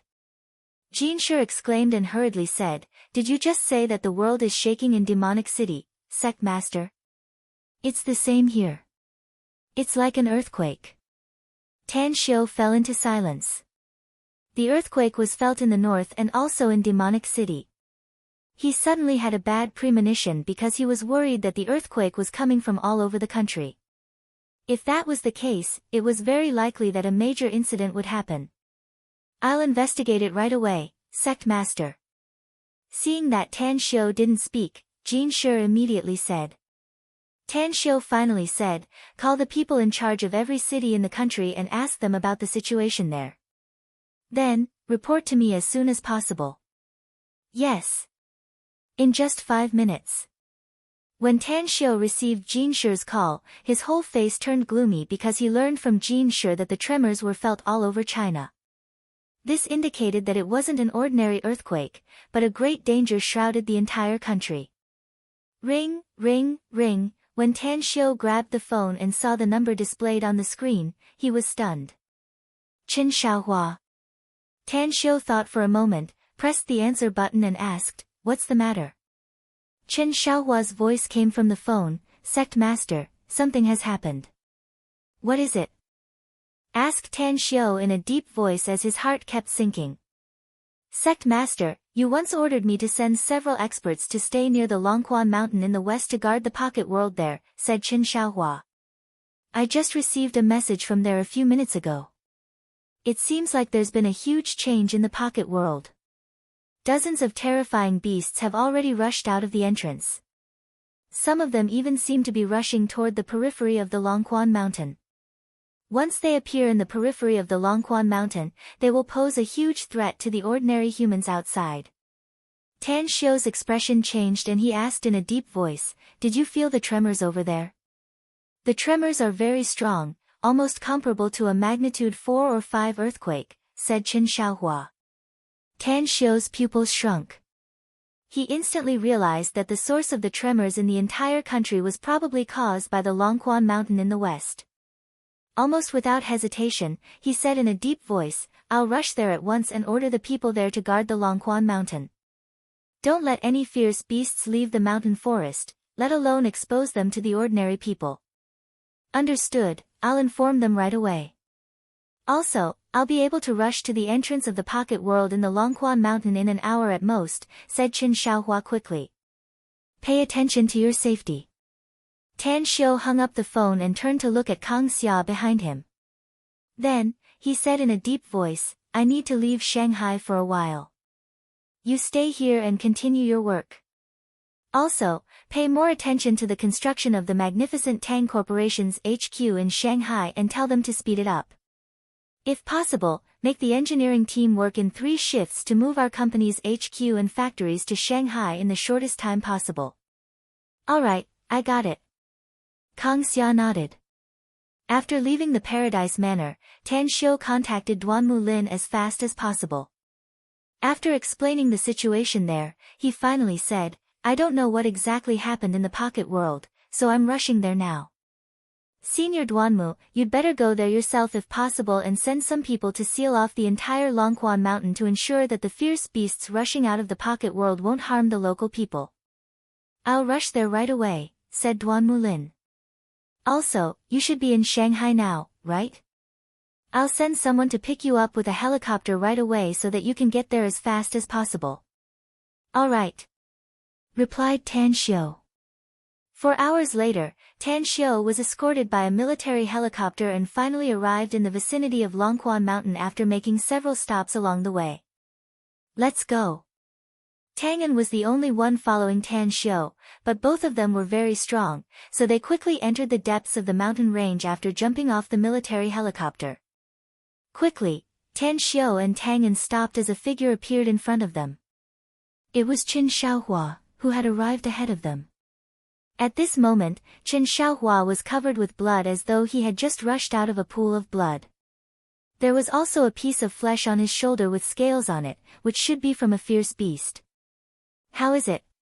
Tan Xiu dashed to Chen Xiaohua's front and took out a holy healing medicine from his interspatial ring. He stuffed it into Chen Xiaohua's mouth and hurriedly asked. Chen Xiaohua swallowed the holy healing pill and shot a grateful look at Tang Xiu. He didn't have the time to fully refine the efficacy of the pill as he hurriedly said, "The number of fierce beasts rushing out of the pocket world is getting more and more. I brought more than a dozen people with me, along with the few of us who were originally here, making a total of 16 people. We have killed hundreds of fierce beasts in the past 4 or 5 hours, but they are too scattered and we can't stop them all. However, I've been contacted by the intelligence department and they've confirmed that there are no fierce beasts rushing out of the mountain forest to harm the nearby people." "That's great." Tan Xiu nodded and said, "I've already notified the State Department. I'm sure a large number of experts will arrive soon. But are there any of our people guarding the entrance to the pocket world now?" "There are, but not many of them," said Chen Xiaohua. "There are only some dead people hiding in the dark. If the number of fierce beasts rushing out at once is small, they will immediately kill them. But if the number of fierce beasts rushing out is large and very strong, they will temporarily hide." "How long will it take to get there from here?" asked Tan Xiu. 1.5 hours, answered Chen Xiaohua. Tan Xiu grabbed Chen Xiaohua's shoulder and said, "Show me the way, I'll take you there." It would indeed take 1.5 hours for Chen Xiaohua to reach the entrance to the pocket world given his speed since his cultivation was only at the golden core stage. But Tan Xiu was extremely fast and it only took him more than 20 minutes to arrive there with Chen Xiaohua. Sect Master. Four black-robed Tang sect disciples with long swords in their hands immediately appeared and called out. Tan Xiu looked at their scarred bodies and took out 4 holy healing medicines to give to them, saying, "You've worked hard. What's the situation now?" "The number of fierce beasts that escaped is 1,160, sect master," said one of them respectfully. "Some of them are very strong, and the aura they exuded should be comparable to the golden core stage. The strength of the other fierce beasts is very average. A few of them are comparable to the foundation establishment stage, while most of them are only at the qi refining stage." Tan Xiu nodded without a word. Then, he looked at Qin Shaohua and said, "You guys continue to hunt the fierce beasts. Jin Shi and all the Tang sect members in China will be here soon. Take this interspatial ring and put all the bodies of the fierce beasts you've hunted into it." Qin Shaohua's eyes lit up and he immediately took it excitedly. He had heard that all the Tang sect disciples who received an interspatial ring from Tan Xiu would eventually belong to that disciple. He had been yearning for an interspatial ring in the past, but he never got it because he had never made many contributions. But now, his dream finally came true. Tan Xiu shifted to Tang'an and said, "Let's enter this pocket world. I want to see what's going on inside." "No way." Before Tang'an could reply to Tan Xiu, Qin Shaohua was startled and hurriedly spoke to stop him. "What is it?" asked Tan Xiu with a frown. "I've entered this pocket world before, sect master," said Qin Shaohua hurriedly. "I know that it's very dangerous inside, especially that black dragon. This subordinate can't let you go inside and risk your life, sect master." Tan Xiu patted his shoulder and a smile appeared on his handsome face.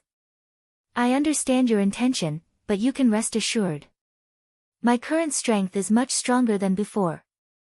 Even if I'm no match for that black dragon, I can still protect myself." Qin Shaohua opened his mouth and wanted to speak, but he saw Tan Xiu's eyes gradually turning sharp. He finally swallowed back his words and nodded silently. Tan Xiu looked at the entrance and became vigilant inwardly. While entering, he spoke to Tang'an, who followed him closely, "Remember to evacuate immediately if you find something amiss. There are indeed a lot of treasures in many pocket worlds, but they're also very dangerous." "I'm really sorry. I've been doing research in the countryside today, so I updated late. Please forgive me, brothers and sisters. There's still a chapter to update later." Chapter 1198. The dark passageway was not man-made but formed naturally.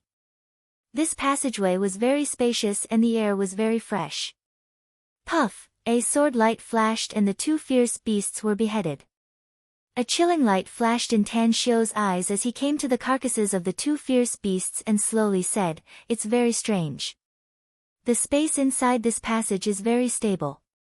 It's so stable that it makes one's hair stand on end. These fierce beasts are not the ones on Earth, but a brand new breed. It's just that their strength is very weak. Also, I found something else." "What did you find?" asked Tang'an curiously. "If my guess is correct, we've just stepped into this passage and entered another space," said Tan Xiu in a deep voice. "Take a look at the wall and you'll see the difference." "The wall?" Tang'an approached the wall and carefully observed it for a while. Then, she nodded and said, "This wall is indeed strange, Grand Master. It's not made of stone or mud, but another special material. If I have to compare it with something, I think it's very similar to concrete. Use your weapon to attack the wall, but remember, don't use your full strength," said Tan Xiu. Tang'an hesitated for a moment before she grabbed a dagger and fiercely stabbed it into the wall in front of her. The dagger was a magic tool that could cut iron like mud and was extremely sharp. However, when the dagger pierced half an inch into the wall, it was stuck. "How is this possible?" Tang'an cried out in alarm. According to her imagination, stabbing the wall with the dagger should be as easy as cutting tofu. But the wall in front of her was nearly as hard as a diamond. To be precise, it was even harder than a diamond. However, it was precisely this kind of hard wall that had a few cracks that were filled with lush green vegetation. Tan Xiu put the two fierce beasts' carcasses into his interspatial ring and said, I think there's something more interesting inside. Let's go inside first. Hide inside the space barrier immediately if the situation is not right. Just as Tang'an was about to agree, her expression suddenly changed and she exclaimed in horror, the spatial ability I can use here is 10 times worse than outside, Grand Master. God! The space barrier here is too strong. It took me a lot of effort to tear a hole in it. I can only hide myself within it. I can no longer bring you into the space barrier. Tan Xiu didn't say anything else and quickly moved towards the other end of the tunnel. When he walked for about 2 kilometers, he saw the light at the end of the tunnel. This place, Tang'an stood beside Tan Xiu and looked at the world in front of her. In front of her was a boundless grassland. There were countless ferocious beasts in groups. She even saw with her own eyes that the size of a few vicious beasts was like a small mountain. Tan Xiu raised his head and looked at the purple sun in the sky. His heart pounded. When he was in the immortal realm, he had seen records of Ziyang. Purple qi comes from the east. Purple qi was luck, the purest energy in the world. Any cultivator who could absorb purple qi would be able to obtain great benefits. Tan Xiu did not expect that this world would be filled with drifting purple qi. Just taking a breath of it made him feel relaxed and carefree, as if he was walking on air. The concentration of spiritual energy here is at least 10 times that of the outside world. Tan Xiu took a deep breath. For a moment, he had the impulse to move the Tang sect on 9 Dragons Island here. It was because cultivating here was definitely better than cultivating on 9 Dragons Island. Scrch, an ear-piercing cry came from the distant horizon. A dazzling golden rock suddenly swooped down from the clouds, instantly grabbing a giant vicious beast on the ground. Then, it soared into the sky once more.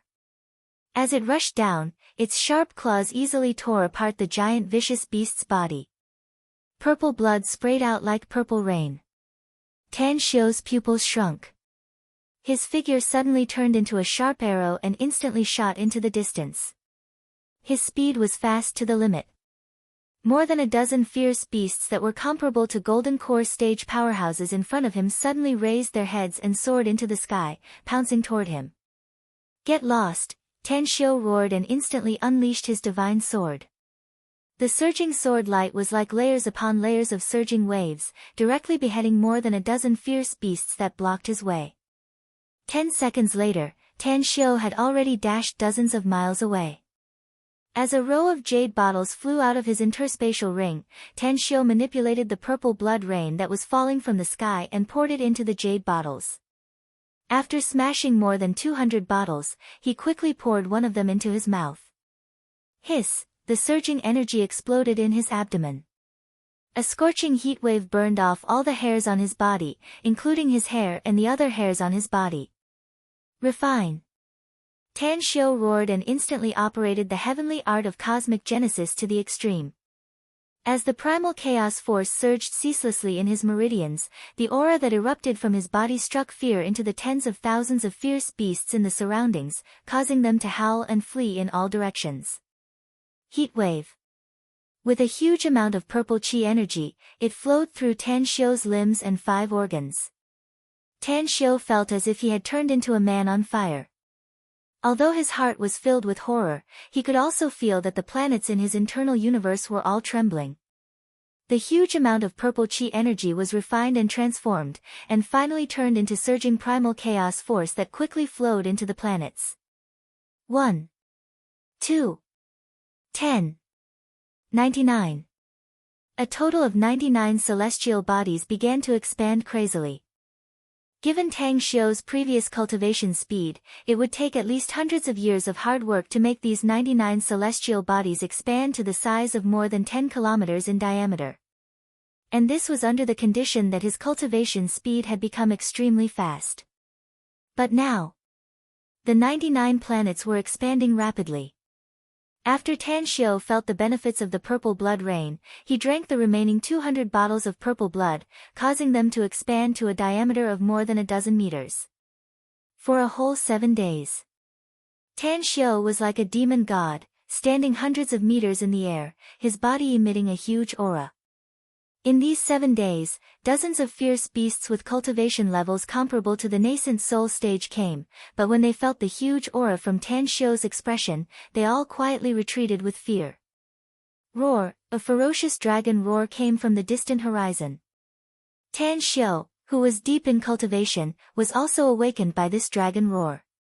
My strength? Tan Xiu regained consciousness and felt the strength in his body. His eyes revealed a look of disbelief because he never dreamed that he had broken through to the 9th level of the star heavenly essence, which was also the last level. If he could break through to this level, he would be able to directly enter the 3rd realm of the heavenly art of cosmic genesis. The 9th level. Tan Xiu suddenly woke up. Compared to ordinary cultivators, the 9th level of the star heavenly essence was comparable to a great ascension stage cultivator. But if he continued to cultivate and become stronger, he would be comparable to a crossing tribulation stage expert. In addition, once he broke through to the 3rd level, he would have the strength of an ordinary immortal. It's coming. A cold light flashed in Tan Xiu's eyes. He had clearly heard the dragon roar just now. At this moment, he saw a 100-meter-long black dragon bearing its fangs and brandishing its claws at his direction. The black dragon's body erupted with a surging aura that was simply terrifying. The ferocious beasts within a radius of 100 miles all revealed expressions of fear as they quickly fled in even further directions. A human. A human actually entered this place.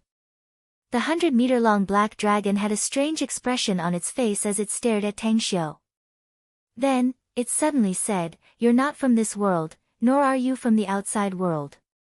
Your soul imprint, no. Where the hell did you come from? You can see through my soul imprint?" asked Tan Xiu with a frown. Not only can I see through your soul imprint, this sage can also see through your strength. The black dragon laughed wildly. It's very strange. You're a dignified human, yet you're actually cultivating the demon race's cultivation art. Interesting. This is really interesting. Furthermore, the demon race's cultivation art you're cultivating is not an ordinary one, but a body refinement branch. Do you want to refine yourself to death, brat? Tan Xiu squinted his eyes and indifferently said, I naturally don't want to die, so I've been cultivating very well. You're not a native creature of this pocket world, are you, black dragon? Otherwise, it's impossible for you to speak the human language, especially the Chinese language. Further, you also know the demon race and their cultivation arts. The black dragon spurted out a dragon breath and shook his head. This sage is not a native creature of this pocket world, of course. This pocket world has just been born for hundreds of thousands of years, so it's impossible for it to have such an outstanding creature like me. It's just that it took me 100,000 years to transform and finally restored my original form, so I can finally get out of this place. Where are you from? Asked Tan Xiu. The dragon realm, of course, answered the black dragon. Tan Xiu's expression changed and he said in a deep voice, the black dragon clan of the dragon realm was expelled by the 5-clawed divine dragon from the dragon realm because they violated the law of the dragon realm. All of them entered the Azura realm to struggle at death's door. How did you come here? You sound like you've been living here for 100,000 years. Black Dragon's baleful aura surged and he angrily roared, shut the hell up. My ancestors may have violated the ancestral home, but those damned Imperial Dragon clan found an excuse to drive us out of the dragon realm because they were afraid of our innate talent and strength. Also, how do you know the secret history of my dragon clan? What's your origin, exactly? I'm from the immortal world, a reincarnation, answered Tan Xiu. You can deceive other dragons, but you can't deceive this sage, snorted the black dragon. Else, you're a reincarnator from the immortal world. Not only did you not cultivate the cultivation arts of the immortal world, but you also cultivated the cultivation arts of the demon race. That's simply a big joke. Forget it, this sage is about to get out of this place, so I'm too lazy to deal with an ant like you. I'll kill you first and let you taste the human blood I haven't tasted for 100,000 years. Today's second chapter is presented to you. seeking monthly votes for support. Chapter 1199. Tan Xiu's eyes gleamed with killing intent as he stared fixedly at the 100-meter-long black dragon and coldly said, "We have no enmity between us, yet you want to kill me and taste my blood? It seems the legend is right. The Black Dragon clan is the evil dragon clan and should be exterminated." The black dragon let out a resonant dragon roar again and wildly laughed. "My clan has long been labeled as evil by you humans, immortals, and demons, so why should we still be good dragons? Forget it. This sage may not have spoken to humans for 100,000 years, but I'm too lazy to talk nonsense with a puny ant like you." After saying that, it opened its big mouth and a monstrous black fire swept toward Tan Xiu and arrived in front of Tan Xiu in just a short moment. "Damn it, vile creature." An extremely cold voice came from the passage to the pocket world. A violent cold current rushed over and Gu Yan, instantly appeared in front of Tan Xiu. She controlled the supreme great immortal sword that was as thin as a cicada's wing but extremely powerful. It instantly turned into a 10,000-meter-long sword light and slashed toward the black fire that blotted the sky like a bolt of lightning. An immortal? The black dragon's voice began to tremble, and its eyes, which were the size of several millstones, also revealed a hint of fear. It had been severely injured 100,000 years ago, and after a full 100,000 years of recuperation, it had barely recovered some of its strength, but it was still less than 100th of its peak. Its current strength was at most comparable to an ordinary immortal who had just ascended to the immortal world. However, it could keenly sense that this woman who suddenly appeared in front of it was definitely not an ordinary immortal. The 10,000-meter-long sword light split the sea of fire in front of it in half and fiercely slashed the black dragon's head in an instant. Amidst the black dragon's screams, Gu Yan, burst into laughter and said, "This pocket world is really good. I can finally unleash my full power without the damn heavenly Tao restraining me. Although my current power is less than 1/10,000 of my peak." The black dragon was slashed by the sword and his huge body was sent flying backward. The intense pain made him howl endlessly. However, his heart instantly sank to the bottom of the valley after hearing Gu Yan's words. 1/10,000. Her current strength was less than 1/10,000th of what it had been at her peak. How was this possible? Could it be? The black dragon summoned his courage and roared, "Immortal, are you a perfected golden immortal of the immortal world?" Gu Yanner slashed her sword again and sneered, "Perfected golden immortal? That's right, I've killed more than 10 perfected golden immortals and slaughtered more than 10,000 golden immortals. You're just a little black dragon. Your natal immortal soul is indeed not weak. You should have had the strength of a golden immortal in the past. Unfortunately, you're just an ant in my eyes." The black dragon was scared out of its wits. It finally understood why it couldn't see through the strength of this woman when it used its innate ability. It turned out that she was once a perfected golden immortal. "No, that human," Gu Yanner sneered, "I know what you want to say. My master used to be a supreme in the immortal world, but he became like this due to some special reasons. You're just a little evil creature, yet you want to kill my master. You're just courting death." Standing in the air, Tan Xiu watched the black dragon being severely injured by Gu Yanner. A bitter feeling rose inside his heart. He used to have monstrous strength and stood at the peak of the immortal world, overlooking all living beings. Never did he expect that a little black dragon would be able to bully him at will. Of course, he might not have the confidence to beat the black dragon if they were to fight, but he could still escape. However, once he escaped from this pocket world, the black dragon would follow him and the entire human race on Earth would suffer. "Kill it, Yanner. I need its skeleton for my cultivation." Tan Xiu took a deep breath and said in a clear voice. "Don't worry, master," Gu Yanner said with a smile. "Since it dares to kill you, I must slaughter it today." The black dragon was scared out of its wits at this moment. It endured humiliation for 100,000 years just to restore its original appearance and strength so that it could return to the Azura world in the future and kill all its enemies. However, it never expected that it would encounter such a terrifying enemy before it could fully recover its strength and leave this pocket world. Moreover, the enemy wanted to kill it. It shouldn't have. It regretted its previous actions. It shouldn't have threatened to kill that seemingly weak human. Otherwise, it wouldn't have provoked such a terrifying enemy. Time elapses, space overlaps. Gu Yan, coldly uttered those words, and the hazy sword shadow instantly split into two, causing layers of ripples to spread out in the air. The black dragon was horrified to find that its body felt as though it had sunk into a swamp.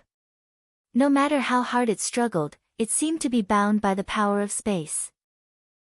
The black dragon wasn't most confident in its current strength, but the toughness of its body. However, when it was split in half, its last thought was regret that it couldn't control its character, leading to a fatal disaster. Whoosh, Tan Xiu's figure floated over. With a secret technique, he took out all the jade bottles, porcelain bottles, and various storage containers from his interspatial ring.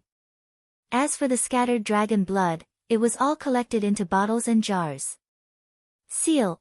Tan Xiu performed a hand seal, piecing the black dragon's body back together and then sealed it, preventing more dragon blood from flowing out. Yenner, devour the dragon soul. Tan Xiu flicked his fingers and put away all the containers containing the dragon blood. After that, he imprisoned the dragon's soul that rushed out of the black dragon's body and threw it to Gu Yenner. Gu Yenner caught the dragon's soul and said hurriedly, "Master, you need to recover your strength now. If you devour this dragon's soul, it will at least allow you to rush to the late stage of tribulation passing in a short time. At that time, your strength will be at the grand completion stage and you can start preparing for your ascension." Tan Xiu shook his head and said, "I've obtained a huge opportunity since I came to this world. My current strength is comparable to a great ascension stage cultivator. It's a bit greedy if I want to break through to the late stage of tribulation passing in a short time. Yenner, what I need now is a solid foundation, not a rush to break through to a higher level.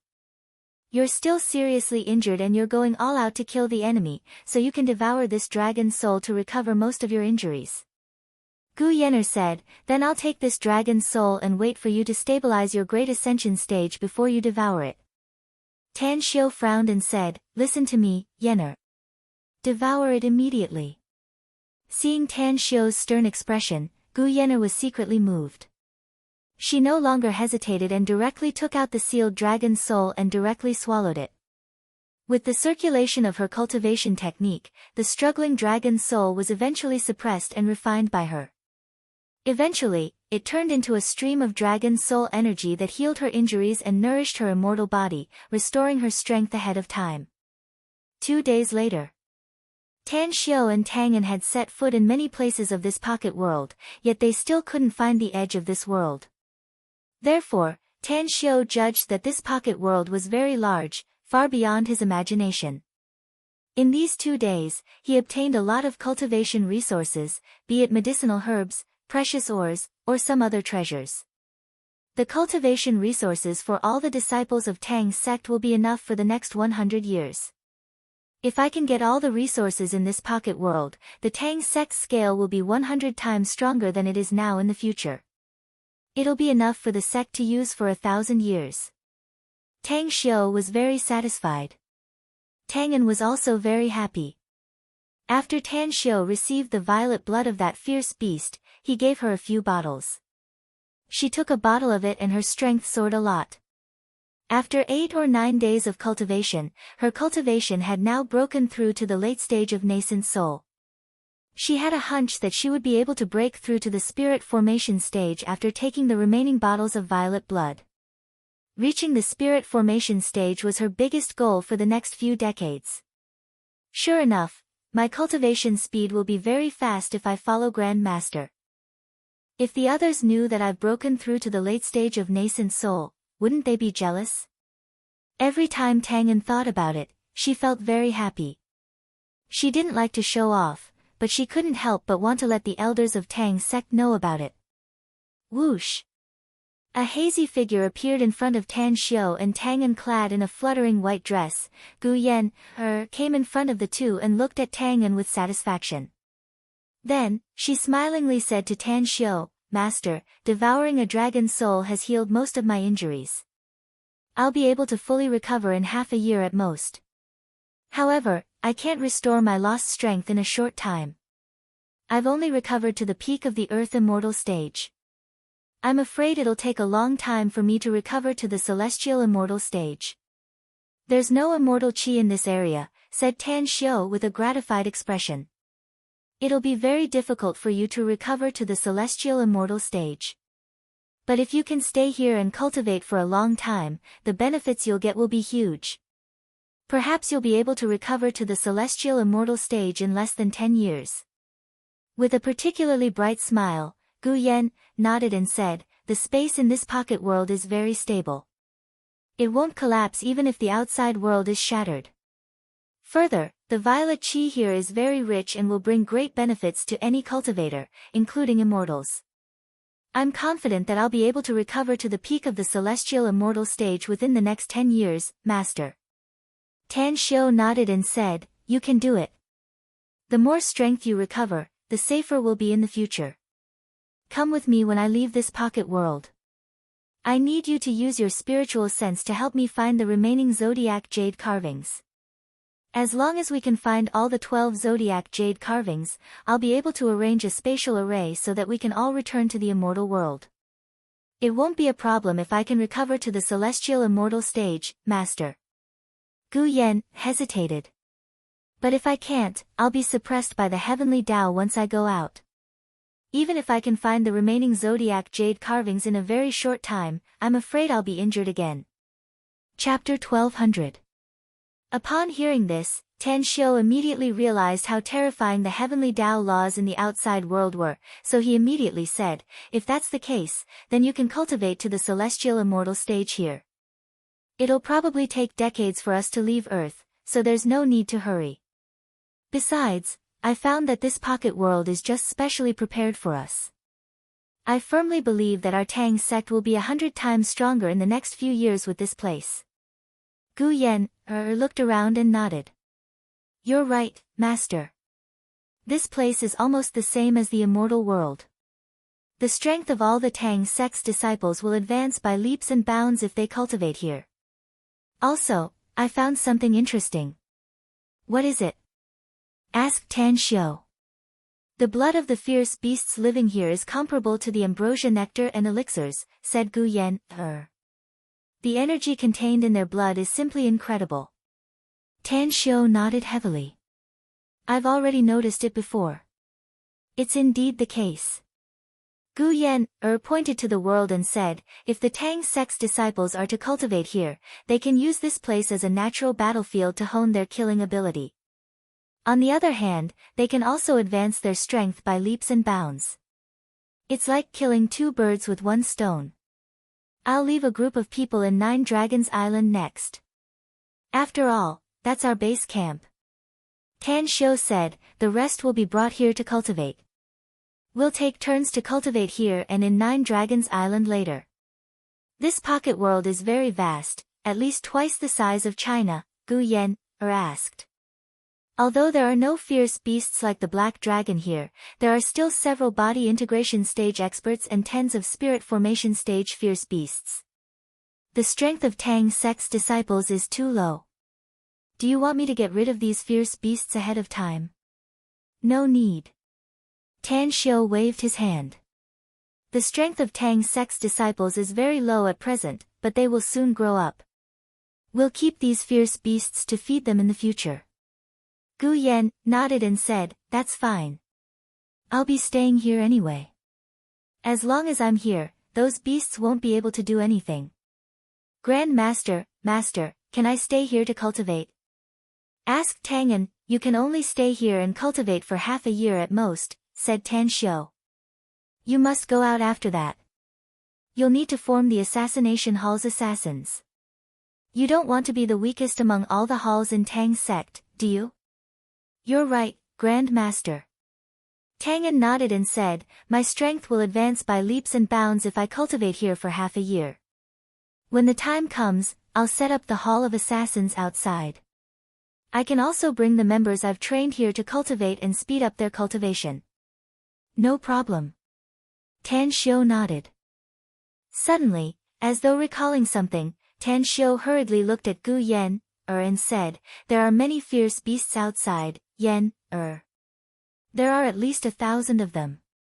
Chen Xiaohua and his men are chasing after them, but I don't think it's realistic for them to kill all the fierce beasts with their strength. You stay here to collect cultivation resources, while Tang'an and I will go outside to deal with those fierce beasts." Understood. Gu Yan nodded and didn't want to go outside to deal with the beasts.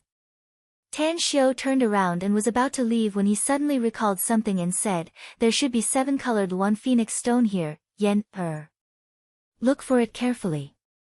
It'll be of great use to me in the future if you can find it. I've found a small mountain range with 7-colored one phoenix stones, master. I guarantee that I'll mine all the 7-colored one phoenix stones stored in that mountain range before you return," said Gu Yan, confidently. As a matter of fact, she had the ability to collect everything in this pocket world in the blink of an eye. But since this place would become the Tang sect's trial ground in the future, she could only give up the idea and slowly put away the cultivation resources. Shortly after, Tan Xiu and Tang'an left the pocket world.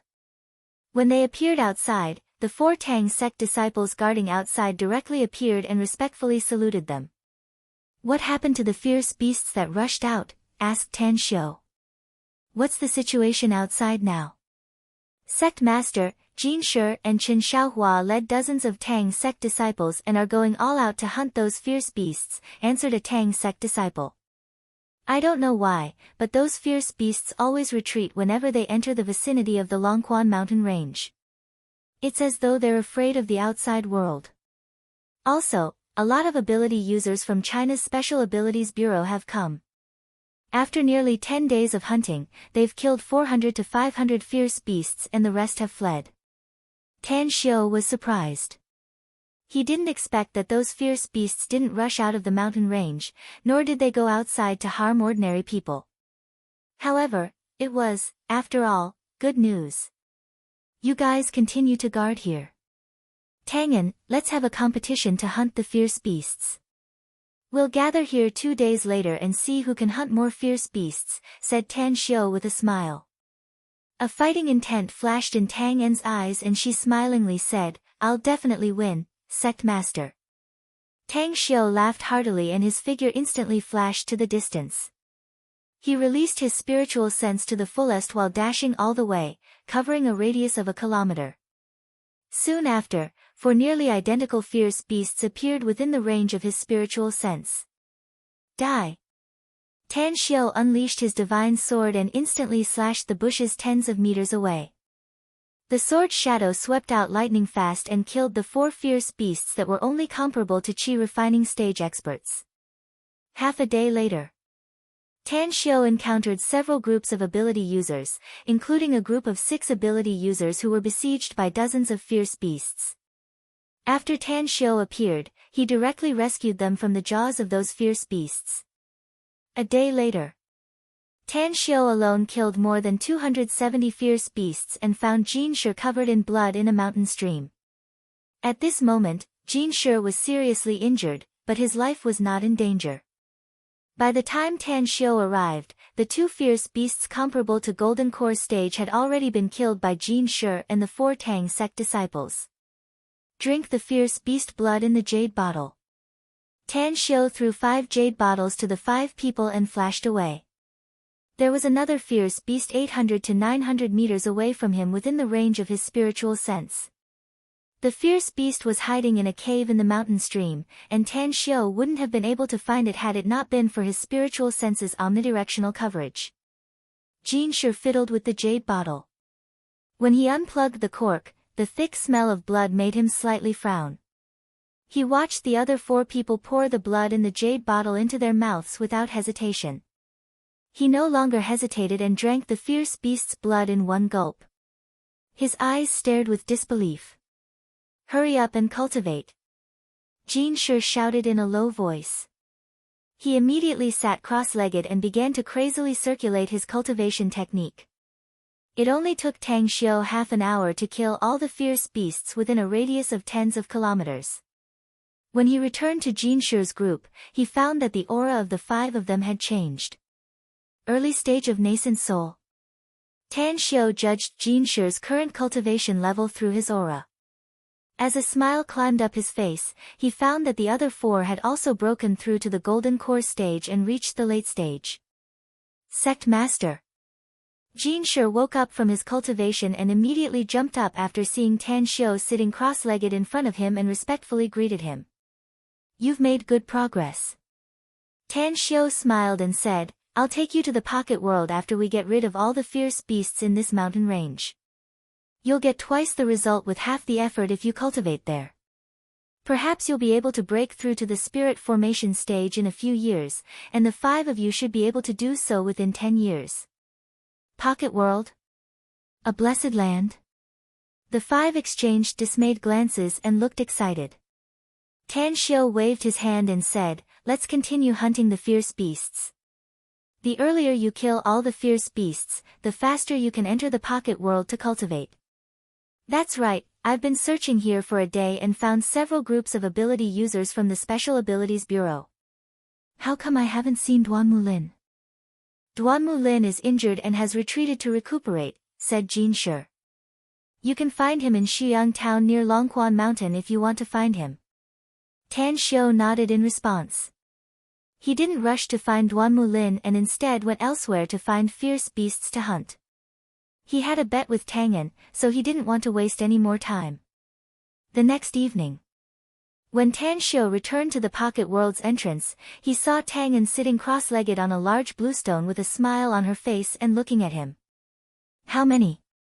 Tan Xiu came to Tang'an and asked with a smile. Not a lot. Just 188 fierce beasts, answered Tang'an. Tan Xiu gave a thumbs up and praised, amazing. You actually found so many fierce beasts in just 2 days. I'm well aware that you've hunted more fierce beasts than me, Grand Master, said Tang'an with a smile. But I've decided that you'll fail as long as you hunt less than 200 fierce beasts. I'm afraid you'll be disappointed, then. Tan Xiu chuckled and said, there are a total of 406 fierce beasts. 4 of them are at the golden core stage. The smile on Tang'an's face froze and she asked in disbelief, you killed them all by yourself? How is that possible? Nothing is impossible. Tan Xiu chuckled and said, my spiritual sense can cover a radius of 1 kilometer, so all fierce beasts have nowhere to hide wherever I go. Plus, these fierce beasts are very weak, so I don't have to waste my time at all and can kill them faster. You're just cheating, Grand Master, said Tang'an with a bitter smile. Tan Xiu burst into laughter and said, spiritual sense is also a part of one's strength. Your spiritual sense power won't be too bad if you can reach my current level. Work hard and you'll feel the benefits of having a powerful spiritual sense in the future. I understand, Grand Master, said Tang'an seriously. In order to become a powerhouse, a powerful divine sense is a must. In fact, my divine sense is already very powerful. In order to learn array formations, I specifically picked out a cultivation method to cultivate divine sense from the library pavilion. Now, I have some results. 4th chapter has been completed. I'm begging for a monthly vote. Chapter 1201. A match without any bets could only be regarded as a seasoning for the fierce beasts hunting. Tan Xiu had many means and was very strong. He also had a heaven-defying cheat like his spiritual sense, so he was naturally much more powerful than Tang'an. After putting all the fierce beasts' corpses Tang'an hunted into his interspatial ring, he then rushed to Xiyang town near Longquan Mountain. This time, with such a big crisis in Longquan Mountain, Tan Xiu must have a talk with Duan Mulin, especially about the ownership of the pocket world. Tan Xiu had secretly decided that he would take it for himself no matter how much it would cost. That pocket world was simply a blessed land. Be it China or the Special Abilities Bureau, it would be a waste even if they obtained it. It was better to use good steel on the blade and let the Tang sect make good use of it. Xiyang Town. It was a small town with only tens of thousands of residents and a total of 6 small towns. The nearest city to the town was more than 200 kilometers away. At Wenxin Hotel. It was located in the center of the town. Other than a small square that was occupied by some stalls, the other 4 streets that extended out were all made up of 2-story shops. Although the environment looked dirty and messy, the people who lived here didn't mind. At the entrance of the hotel, Zhu Long, whose right arm was bandaged, squatted at the side and frowned while smoking. He kept flipping the phone in his left hand and glanced at the pedestrians in the surroundings. Suddenly, his eyes lit up and he threw the cigarette butt to the ground. He got up and stamped it out and then strode forward to greet the person. Tan Xiu. Zhu Long's furrowed brows stretched out and he called out with a smile. Tan Xiu nodded in response. His eyes swept over Zhu Long's right arm and he lightly smiled. You're injured. Is it serious? No, it's nothing serious. Zhu Long shook his head and smilingly said, I just need to fix it for the time being. I'll be able to remove the cast and bandages in 2 days at most, and I'll be full of vigor in 3 or 4 days at most. I'll be able to participate in the battle. What about Senior Duanmu? Asked Tan Xiu with a faint smile.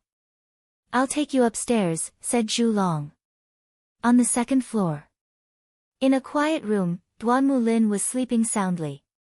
Because of the battle, his injuries were very serious. However, at the critical moment, he finally killed the powerful beasts that surrounded him. The sound of the door made him wake up from his sleep. He opened his drowsy eyes and saw Zhu Long coming in. He didn't intend to get up at first, but when he saw Tan Xiu behind Zhu Long, he propped himself up with his arms and sat up with difficulty. A smile appeared on his aged face as he said, Boy, you finally showed up. I thought you were eaten by a fierce beast. Tan Xiu smiled bitterly. Just a little bit more. Duanmu Lin's expression changed and he hurriedly asked, What's wrong? Did you encounter a powerful dire beast? It's very powerful. Tan Xiu nodded and said, If it wasn't for Yan, rushing to save me, I would have probably died in the hands of the fierce beasts. Alas, it's our Tang sect's fault that caused you to rush here and get injured. I'm really sorry. Duanmu Lin was confused. What do you mean?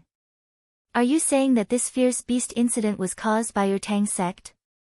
That's right, Tan Xiu said, this Longquan mountain is a place where our Tang sect raises fierce beasts.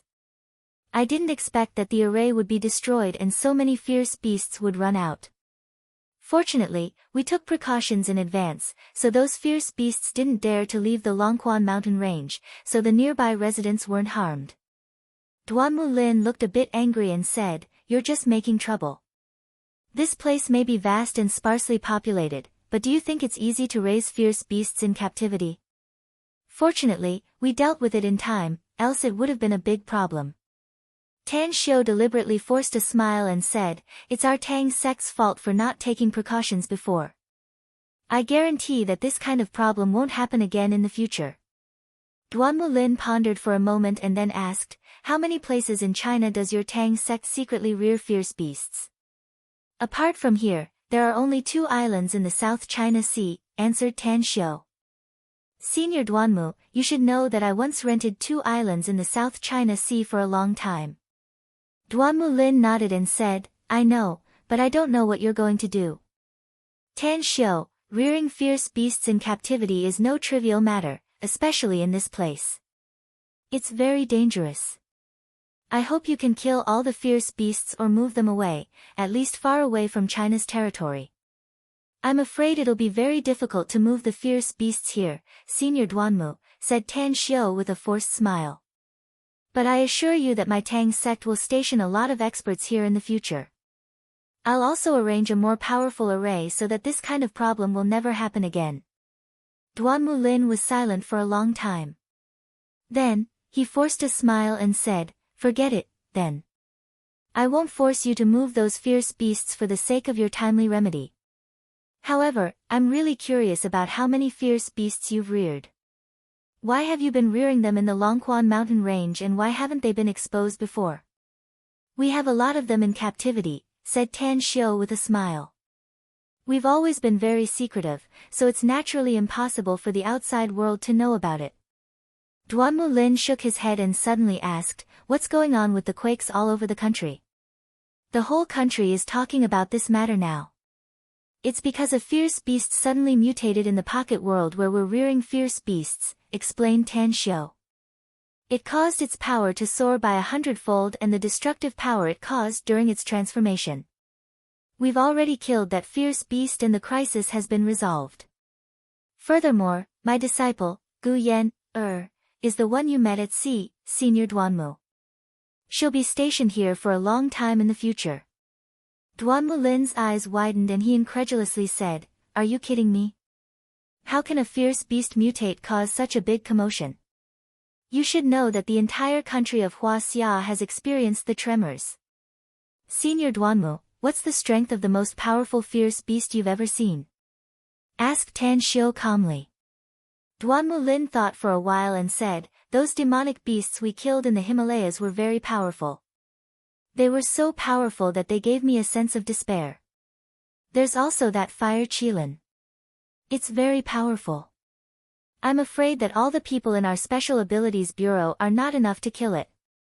What if I tell you that the strength of that mutated fierce beast is at least 100 times stronger than that fire qilin?" Tan Xiu nodded. He wouldn't have believed it if he hadn't experienced the terrifying demonic beast attack in the Himalayas. But now, looking at the serious expression on Tan Xiu's face, he nodded without a word and forced a smile. "It seems that I still need to have formidable power. Else, I can only welcome death when the crisis comes." Tan Xiu forced a wry smile inwardly. The lie he fabricated was the most direct way to avoid the country's intervention. Else, if Duanmu Lin knew that he had found a pocket world here, he would probably represent the country to get a share of the loot given his character. Even though Duanmu Lin was likely to be his subordinate decades later. It was not because of his selfishness. It was because he didn't want to waste a lot of resources since the country's machinery was not in the hands of a single person. Countless people would swarm here, which would bring a lot of troubles. Duanmu Lin looked up at Tan Xiu and asked, "Can I go to the place where you rear the fierce beasts?" "I don't want you to go, Senior Duanmu," said Tan Xiu helplessly. "We've already killed that mutated fierce beast, but all the other fierce beasts are very irritable because of it. Many people from the Tang sect are dealing with and suppressing them inside. It'll be very difficult to solve the crisis inside in a few months. With your strength, it'll be very easy for you to run into problems once you go inside. I'll have to send people to protect you when the time comes." Duanmu Lin's old face nearly turned green after hearing it. I'm being looked down upon." Looking at the helpless expression on Tan Xiu's face, he didn't know what kind of expression he should use to face Tan Xiu apart from crying or laughing. In the whole of China, perhaps only Tan Xiu dared to despise him in front of his face. After a long while, Duanmu Lin weakly raised his arm and said, "Forget it. I won't disturb you since it's not convenient now. Tan Xiu, keep in mind that this incident must never happen again. Since you're going to rear fierce beasts in Longquan Mountain, you'd better set up a feng shui array in the periphery of the mountain range that won't threaten ordinary people. It'll be a double insurance." Tan Xiu's eyes lit up and he was secretly delighted inwardly. Duanmu Lin's suggestion to set up a feng shui array in the periphery of Longquan Mountain Range meant that the Longquan Mountain Range would belong to the Tang sect in the future. Shortly after, Tang Xiu left 10 holy healing pills for Duanmu Lin and then patted his butt and left. As for the ability users of the Special Abilities Bureau, they received Duanmu Lin's order to evacuate less than a few minutes after Tan Xiu left. In the next half a month, Tan Xiu, Tang An, Jin Shi, and the others searched the entire Longquan Mountain Range and finally killed all the fierce beasts that escaped. After entering the pocket world, Tan Xiu learned from Gu Yan, that she had collected all the priceless treasures in the entire pocket world, leaving behind some precious things that didn't need to be collected in a hurry. "This is our heritage, Master." Gu Yan, took out an interspatial ring and put it in Tan Xiu's hand. Tan Xiu observed it with his spiritual sense and was secretly shocked when he saw everything inside. Even though he was once a supreme in the immortal world, the resources and wealth he possessed were not much more than this. It must be noted that he used to be in the immortal world, whereas this place was just a pocket world attached to Earth. I understand now. Tan Xiu put away the interspatial ring and sighed with a bitter smile. What do you understand, master? Asked Gu Yan, with a confused expression. I finally understand now why so many powerhouses in the immortal world spared no effort to open up new territories. It turns out that they didn't do it for the territory, but for resources, said Tan Xiu. Once they find a treasure land with a lot of resources, they'll get countless benefits. Today's the last 2 days. I'm looking for recommendation votes and monthly votes. Chapter 1202. It was a boundless pocket world. Apart from the entrance, the area within a radius of 1,000 miles was filled with mountains, lakes, valleys, and highlands. The highest peak of this pocket world was the towering mountain in the central region. It was 2,000 meters high, with jagged rocks of grotesque shapes and steep slopes. It was extremely difficult to climb it. However, at the peak of this towering mountain, there was a richly ornamented building standing on it. A smile hung on the corner of Gu Yan's mouth. She stood on the small square in front of the classical pavilion and looked at the undulating mountains in front of her. She chuckled and said, Master, it took Yan a few days to build a pavilion here. It's amazing, isn't it? A warm feeling rose in Tan Xiu's heart. It was because this pavilion was a miniature version of the one he lived in the immortal world. He had lived there for thousands of years, so he could naturally recognize it. He smiled and said, It's amazing. I didn't expect you to have such a talent. The smile on Gu Yan's face slowly receded and she said in a low voice, I know every place, every scenery, and even the distance between the objects in this pavilion. I even personally refined an immortal artifact when I was fighting in the immortal world and used it as my residence. Unfortunately, that immortal artifact was smashed by Zhu Wushou. Otherwise, I could just leave it here. Tan Xiu hugged Gu Yan's shoulder and gently patted it. Then, he said softly, when we return to the immortal world and I cultivate to the supremacy stage again, I'll personally refine a palace for you. I guarantee it'll be exactly the same as the place we used to live. Gu looked happy and nodded repeatedly. She was looking forward to her master returning to his peak. At that time, he would be able to slay his enemies and kill all those damn traitors. There was also Shade Demon Zhu Wushou. That bastard was very rampant in the immortal world. She must kill him in the future. Xiaoxue, you're here. Gu Yan'er suddenly said. Tan Xiu followed Gu Yan'er's line of sight and looked towards the distant mountain peak. He saw Ji Qimei and Gu Xiaoxue rushing towards his direction at lightning speed. In just a few breaths, Ji Qimei and Gu Xiaoxue were already standing in front of him. High Lord. Grand Master. Ji Qimei and Gu Xiaoxue saluted one after another. How many Tang sect disciples are coming this time? Asked Tan Xiu. Gu Xiaoxue said, there are a total of 80 people. They are currently searching for treasures in this small world and will arrive here in 2 days. Tan Xiu nodded and said, let's wait for them to arrive and set up a camp on the nearby mountain peak. With Yan'er here, she can guide everyone in their cultivation and their strength will advance by leaps and bounds. Perhaps a group of nascent soul stage experts will emerge in our sect in a year and a half. Gu Xiaoxue was surprised. Nascent soul stage. How is that possible? 1/3 of the 80 Tang sect disciples we brought are only at the late stage of foundation establishment, not even at the golden core stage. I won't explain it to you. Tan Xiu let out a faint smile and said, you've just arrived, so you don't know about the magical things in this small world yet. Alright, go and find the treasures. All the treasures collected by Tang sect's disciples must be handed over to you personally. They all know the rules, Grand Master, so they won't hide anything, said Gu Xiaoxue respectfully. Finished. She looked at Tan Xiu's calm expression and said in a low voice, Grand Master, we found some people with special identities when we just arrived in the vicinity of Longquan Mountain. We secretly caught one of them and interrogated him.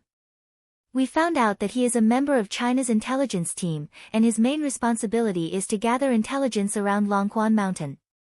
Also, there are a lot of people, about 100 of them. Tan Xiu furrowed his brows and muttered to himself, it seems that Duanmu Lin is still worried about me.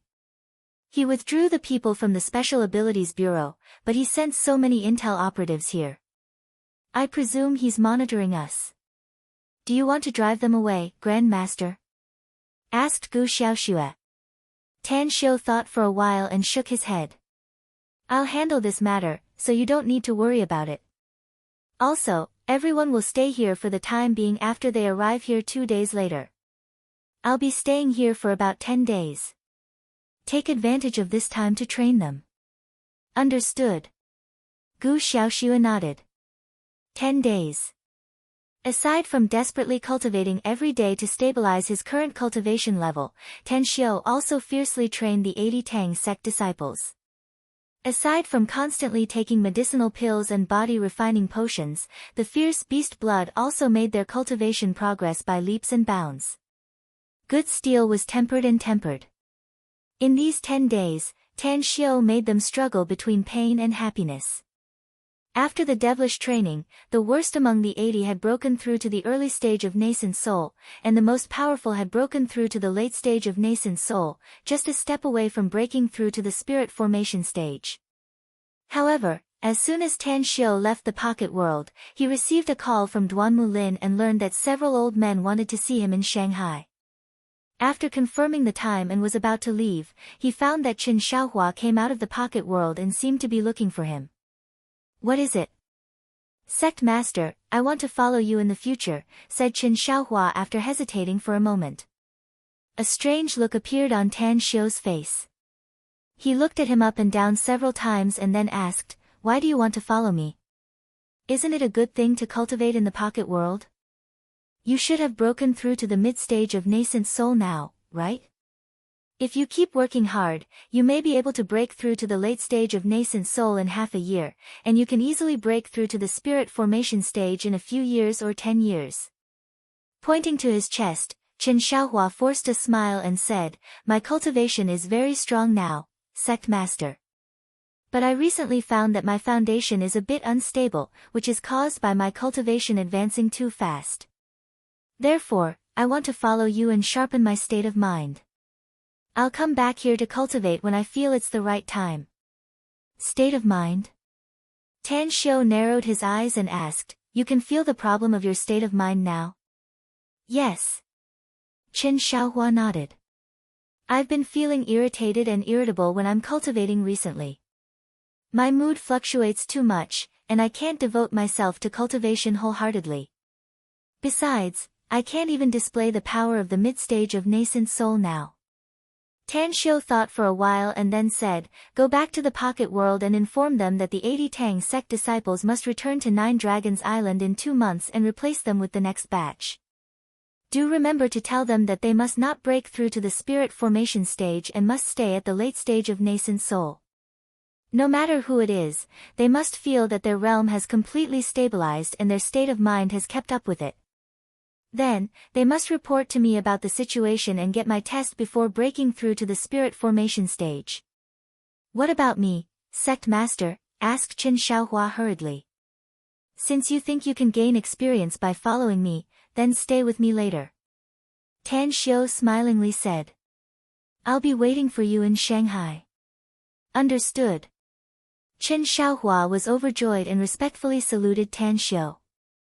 Then, he dashed toward the entrance of the pocket world lightning fast. This time, Tan Xiu left the pocket world without bringing anyone with him. Even Tang An stayed in the pocket world to cultivate in seclusion. Shiyang Town, Wenxin Hotel. After Tan Xiu appeared at the entrance of the hotel, he noticed that many people in the surroundings were looking at him. With his keen insight, Tan Xiu could naturally tell that they were people from the State Intelligence Agency. Come here. Tan Xiu halted his pace and beckoned to a man and a woman who looked like a couple a dozen meters away. The duo hesitated for a moment before they walked to Tan Xiu. What's the matter? Asked the young man. Help me contact Duanmu Lin. Tell him that I have something to discuss with him and tell him to wait for me in the Everlasting Feast Hall in Shanghai, said Tan Xiu lightly. If he's accompanying someone, tell them to go to the Everlasting Feast Hall in Shanghai. The young man's expression slightly changed and he said, I don't understand what you're talking about, sir. Tan Xiu snorted coldly and directly took out the small green book from his interspatial ring. He showed it in front of the duo and lightly asked, do you know what I'm talking about now? Understood. The man and woman disguised as a couple hurriedly nodded and saluted. Tan Xiu shook his head and walked into the Wenxin Hotel. After he came to the front desk on the first floor, he saw a listless woman inside and lightly said, give me the car key. The woman immediately looked excited upon seeing Tan Xiu and respectfully said, which car do you need to drive, boss? All the cars are in the backyard, and you can choose these keys. You don't have to be so restrained. Be careful. The walls have ears, said Tan Xiu. Understood. The woman immediately became spirited after hearing it. The Wenxin Hotel had been secretly purchased by the Tang sect, and the former owner of the hotel had become an intelligence agent of the Tang sect. Furthermore, she also learned about Tan Xiu's identity due to the special circumstances in Longquan Mountain. Tan Xiu randomly picked a car key and took it to the backyard. He then saw more than a dozen different cars parked there. After he pressed the key button, the lights of a Mercedes-Benz SUV flashed. Back to Shanghai. Tan Xiu didn't plan to take the train, nor did he plan to take a plane. He had been busy with his cultivation and training of the Tang sect's disciples recently. Although his cultivation and strength had made great progress, he was aware that it was a good thing to take breaks in cultivation. Hence, he decided to take a break and drive alone on the way back. It could be regarded as a vacation for him to have a good rest. The environment in the west was very beautiful. Although the roads were bumpy, the off-road performance of the SUV Tan Xiu was driving was very good. He drove very fast on the road where there were few people. It only took him an hour and a half to travel 200 kilometers. I'm gonna find a gas station to refuel. This was the first thing Tan Xiu did after coming to this city called Halagu. Chapter 1203. The urban area of Haragu wasn't very big, and it could only be compared to a small county in the mainland. After smoothly driving to a gas station, Tan Xiu found that there were many people there, but there were more than a dozen cars waiting in line, and no one was there to refuel. What's going on? Tan Xiu opened the window and found that the window of a Mercedes-Benz SUV next to him was also open.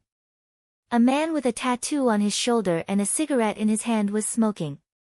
He slightly frowned and asked. The man glanced at Tan Xiu. He didn't want to answer Tan Xiu's question, but waiting was boring enough, so he casually said, what else can it be? The only driving school in the city's only coach car comes to refuel at this time every day. We have to wait for them to finish refueling before we can get in line. Tan Xiu furrowed his brows and said, but I don't see any coach car. Are they so arrogant that they want us to wait for them? The man puffed out a mouthful of smoke and suddenly asked with a smile, brother, you're not a local, are you? You don't even know this unspoken rule. I'm not a local. I'm just passing by. Tan Xiu shook his head. A smile appeared on the man's face and he said, no wonder. If so, then I'll explain it to you. As a matter of fact, the owner of this gas station is the property of the only driving school's principal in the city. The reason why he built a gas station here is mainly to serve his driving school. Usually, there aren't many school buses coming here to refuel, and they usually come in batches. If a lot of them come one day, we'll be out of luck because we won't have enough gasoline. Tan Xiu nodded with a smile and asked, do you have any enmity with the owner of this gas station? The man stared blankly and immediately shook his head. How could I have any enmity with him? There's no such thing. Tan Xiu smiled and said, since you don't have any enmity with the owner of this gas station, why do you come here and still dare to smoke? Aren't you afraid that the gas station will explode because of the open flame? The man looked at Tan Xiu with a strange expression and immediately threw the cigarette but on the ground outside. With a calm expression, he said, little brother, you do pay attention to your safety. Finished. He rolled up the window. Tan Xiu secretly shook his head and waited quietly for more than half an hour.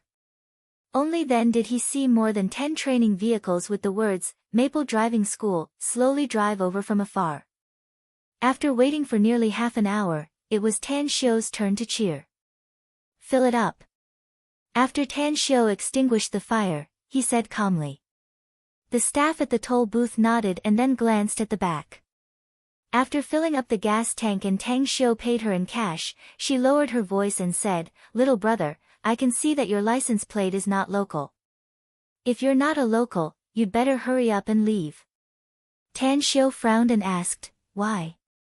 The staff said in a low voice, there are often car owners who come to our gas station to refuel. After discovering a foreign car, they will sneakily follow it and rob it. I see that you're alone, so it's always good to be careful. Thank you, said Tan Xiu with a smile. After restarting the car, Tan Xiu quickly drove toward the highway. Through the rearview mirror, he found that the tattooed man who talked to him before didn't refuel and instead drove behind him. Interesting. Tan Xiu squinted his eyes and stepped on the accelerator. The car then rushed into the distance like an arrow. At the same time, he dialed the local police number and explained the matter. Finally, he said, you can choose not to believe my words, but I need to tell you that I'm from the security department. I'm passing by here because I'm on a mission. Egret District, I'll stop at the entrance of Egret District's Zhongchuang Primary School and wait for those people to come. If you don't come, you'll have to bear the consequences. At the back.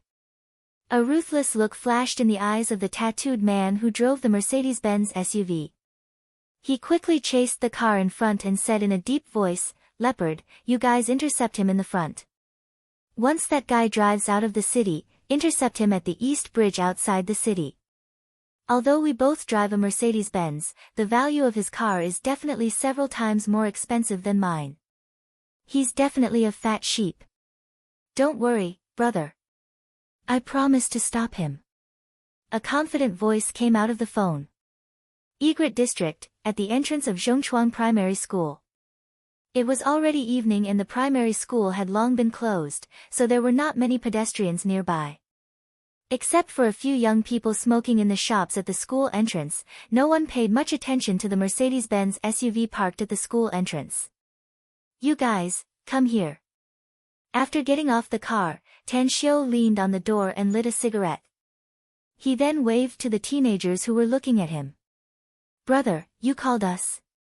The 4 teenagers quickly came over with envious looks on their faces and glanced at the Mercedes-Benz SUV from time to time.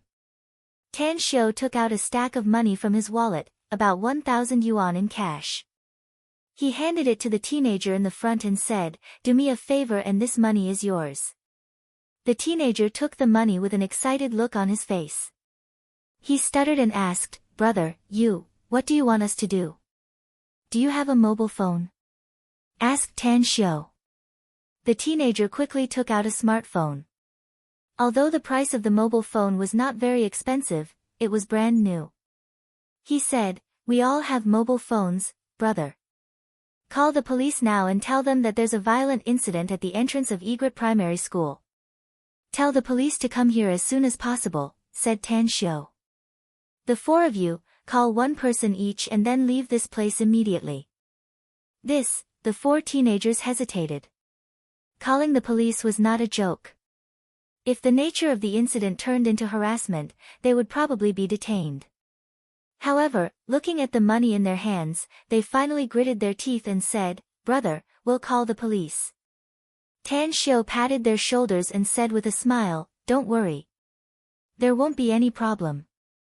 There's going to be a violent incident here soon. If you call the police and report it, you may become a hero. Creak, creak, a black off-road vehicle was parked behind Tan Xiu's car, and the other 3 cars were also parked on both sides. As the doors opened, more than a dozen strong men greeted them with malicious smiles. The 4 teenagers' faces were faintly pale. They hurriedly looked at Tan Xiu and asked, Brother, who are they? Are they looking for trouble with you? Yeah, they are indeed looking for trouble with me. Tan Xiu nodded. The leading teenager quickly glanced at the other three companions. After hesitating for a moment, he then looked at Tan Xiu and asked in a low voice, "Brother, can you give us more money?" 5,000 yuan. As long as you can give us another 5,000 yuan, I promise to help you solve the problem without calling the police. A strange expression was revealed on Tan Xiu's face. After seeing the other three nodding, he couldn't help but laugh and said, "How will you help me? Do you promise or not?" The teenager looked a bit anxious as he looked at the big men who were getting closer and closer. "I promise." After saying that, Tan Xiu took a puff of his cigarette again. The eyes of the leading teenager lit up. He immediately grabbed his mobile and dialed a number. Just 6 or 7 seconds later, he shouted, "Ah Long, someone is giving us money to help solve the problem. Hurry up and bring them here. They're at the entrance of the elementary school." The other three teenagers also dialed their phones and called for help in a hurried voice. The strange expression on Tan Xiu's face turned more and more intense. He watched the four of them dialing another number. He was at a loss whether he had to cry or laugh as he said, "I'm afraid I'll be beaten to death by them by the time you call them here. I say, you'd better listen to me and leave this place quickly." The leading teenager stubbornly shook his head and said aloud, "What's your name, brother?" "I'm Wang Hu, the tiger of the mountain tiger. I also have a younger brother called Ah Long. Please wait for a while, he'll bring some people here soon." Tan Xiu was a bit helpless inwardly. He looked at the dozens of big and fierce men and stepped forward to greet them and smilingly said, "We meet again, brother." The tattooed man gave him a thumbs up and praised, "Look at you. You seem to have found some helpers. How many people could these kids call over? I'm not afraid to tell you that I, Yang Biao, have some fame in this city. My friends in the underworld call me Brother Biao." "They." Tan Xiu shook his head. Suddenly, his words were abruptly stuck in his throat because he noticed that a dozen or so youths suddenly rushed out from an alley dozens of meters behind these burly men. They were all about 17 or 18 years old. Some of them were holding steel pipes, some were holding machetes, and some were even holding metal pliers in their hands. "Brother, we're coming." The one who rushed out was a teenager with a stocky build and a height of more than 1.8 meters. If it wasn't for his young and tender face, he would have thought that he was an adult. "Brothers, this big brother promised to give us 5,000 yuan to help him solve the problem," said Wang Hu loudly. "It's this group of people who want to find trouble with this big brother. Kill them. Beat them. Don't let them run away." More than a dozen teenagers rushed over and raised the weapons in their hands, quickly surrounding more than a dozen big adult men. Each and every one of them was like a fierce tiger cub, looking as if they were ready to attack at any time. "Hurry up. Over there." At this time, from another direction, 5 or 6 teenagers rushed over with the same weapons in their hands. After running over, a teenager with dyed red hair shouted, "Brother Hu, who's bullying our rich man? Kill them." The tattooed man's complexion changed, and the dozen strong men around him also looked incredulous. They didn't expect that a few phone calls from 4 teenagers would actually call so many people. However, the matter was far from over. In just 4 or 5 minutes, a total of 9 groups of people rushed over. Some had more than a dozen people, while the others had 6 or 7 people. More than a dozen teenagers even rushed over on motorcycles and joined the encirclement. Chapter 1204. Nearly 100 youths dressed in strange clothes, all holding weapons, stared at the dozen strong men like tigers watching their prey. They did not have any fear, instead, they were all eager to try. Perhaps as long as one of them roared, they would launch a fierce attack on the dozen strong men. Tan Xiu didn't expect that such a scene would appear in today's peaceful era. He found that these nearly 100 youths were like wolf cubs, exuding ferocity from their bodies. "Wang Hu." Tan Xiu beckoned to Wang Hu. After the boy trotted to his front, he threw a cigarette to him and smilingly said, "You're quite amazing in such a scene with so many people here, kid." Wang Hu scratched his head and changed his ferocious look from before. Then, he smiled and said, "It's not my credit, brother. It's Ah Lang. We'll listen to him." "Who's Ah Lang?" asked Tan Xiu curiously. "Ah Lang is our brother and also our boss," said Wang Hu. "It's a pity that he's not in good health, so he can't come here in person." Tan Xiu was a bit curious about this man named Ah Lang, but it was obviously not the time to talk about this matter. He shifted his gaze to the tattooed man, whose expression turned a bit ugly and looked a bit nervous. Tan Xiu lightly smiled and said, "I didn't want to bully you and just wanted to send you to prison for more than 10 years. I didn't expect that this bunch of kids would call so many people to come here. Now that things have come to this, let me ask you something first. Did I offend you since you followed me here in such a threatening manner? Or did you take a fancy to my money?" The tattooed man took a deep breath and instantly revealed his fierce fangs. Then, he sneered and said, "We don't know each other, so of course we're here for your money. You're quite capable, brat. You can even gather so many little bastards. But you must give me some money even if you have 10 times more people today. Give me 100,000 yuan and we'll let you go today."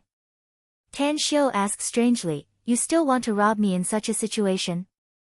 The tattooed man lifted his coat and pulled out a handgun from his waist. The other two big men also pulled out their pistols. As for the others, they also took out their machetes from their sleeves and let out a sinister smile at Tan Xiu. The surrounding youths were shocked at first, but when they thought about the weapons in their hands, they didn't think much of it. Young people might be hot-blooded, but they were also afraid of real weapons. Once a bullet was loaded, they would probably run faster than a rabbit. Tan Xiu frowned. Behind the tattooed man, one of the men who had taken out a pistol suddenly exuded a murderous aura. For him to possess such a murderous aura, it meant that he had killed at least 10 people, and at least a few of them had been killed by him. "When I left the gas station, I called the police. You now have guns in your hands. Once the police come, you'll be charged with more crimes," said Tan Xiu calmly. The tattooed man rolled his eyes and sneered, "If we were afraid of the police, we wouldn't have taken out our weapons at this time. Brat, cut the crap and come with us, else you'll be shot. Also, get the fuck out of here, else this big daddy will shoot you." The nearly 100 youths looked a bit frightened, but they didn't flinch. After the initial fright, they secretly calmed down, especially the tall Wang Long. He raised the machete in his hand and angrily said, "You want to take away our sugar daddy? You'll have to ask the machetes in our hands first. Don't think we're afraid of you just because you have guns. How many of us can you kill? 10? 20? But the rest of us can chop you into meat paste. That's right. At worst, we'll just have a life and death struggle." Wang Hu also sneered and said, "You dare to take away people who are willing to give us money? That means you're going against us. Human lives are not as valuable as money to us. We're willing to die for money. 5,000 yuan for 10 days. It's worth it even if we exchange our lives. Fuck them." Nearly 100 youths roared.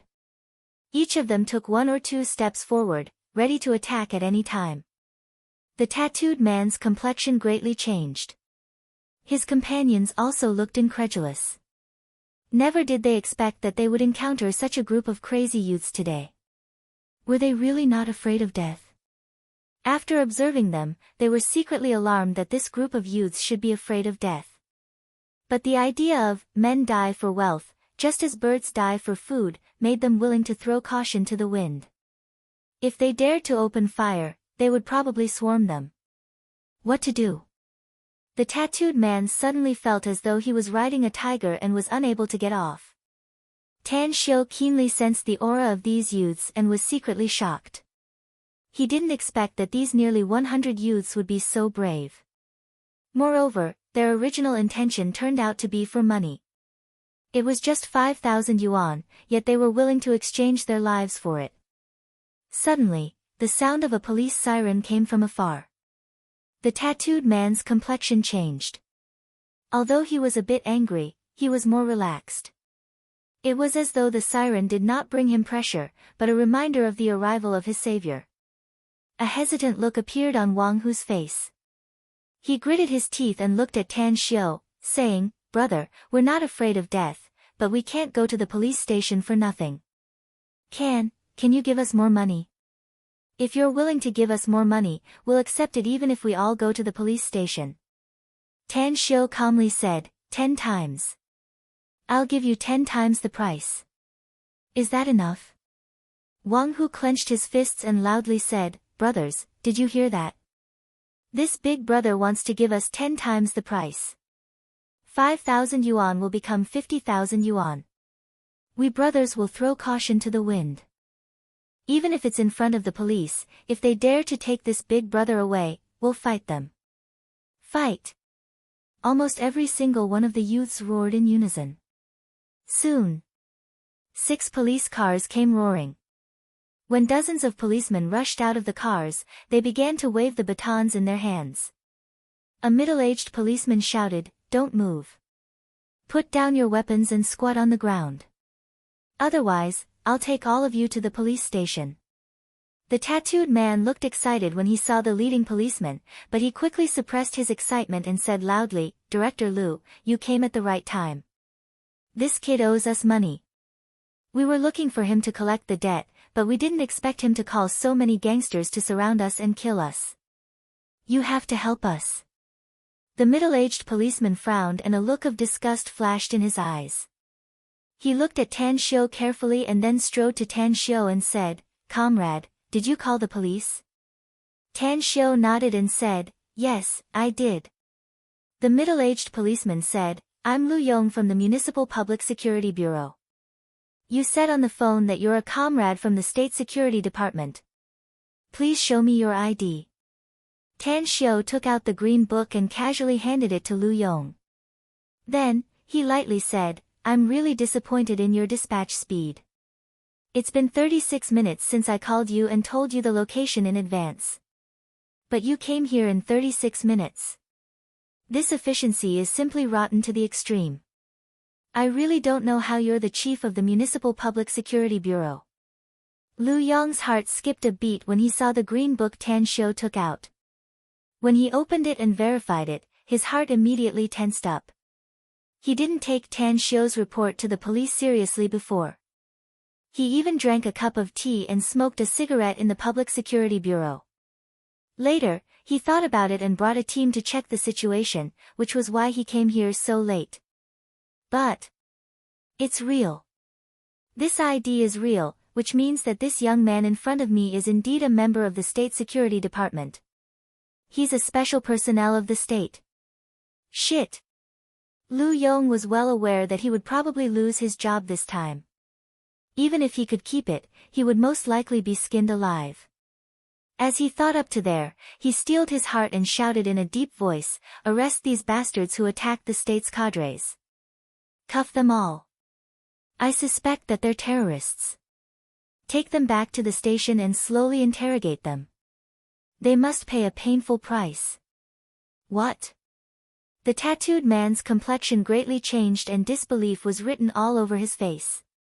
When he saw the dozens of policemen pouncing at him like wolves and tigers, gunshots rang out behind him before he could even speak. Bang! The muzzle of the gun was aimed at Lu Yong. However, in a split second, Tan Xiu flicked a silver needle from the gap between his fingers and directly deflected the bullet that was shot out of the muzzle. The bullet passed through the gaps in the crowd and didn't hurt anyone.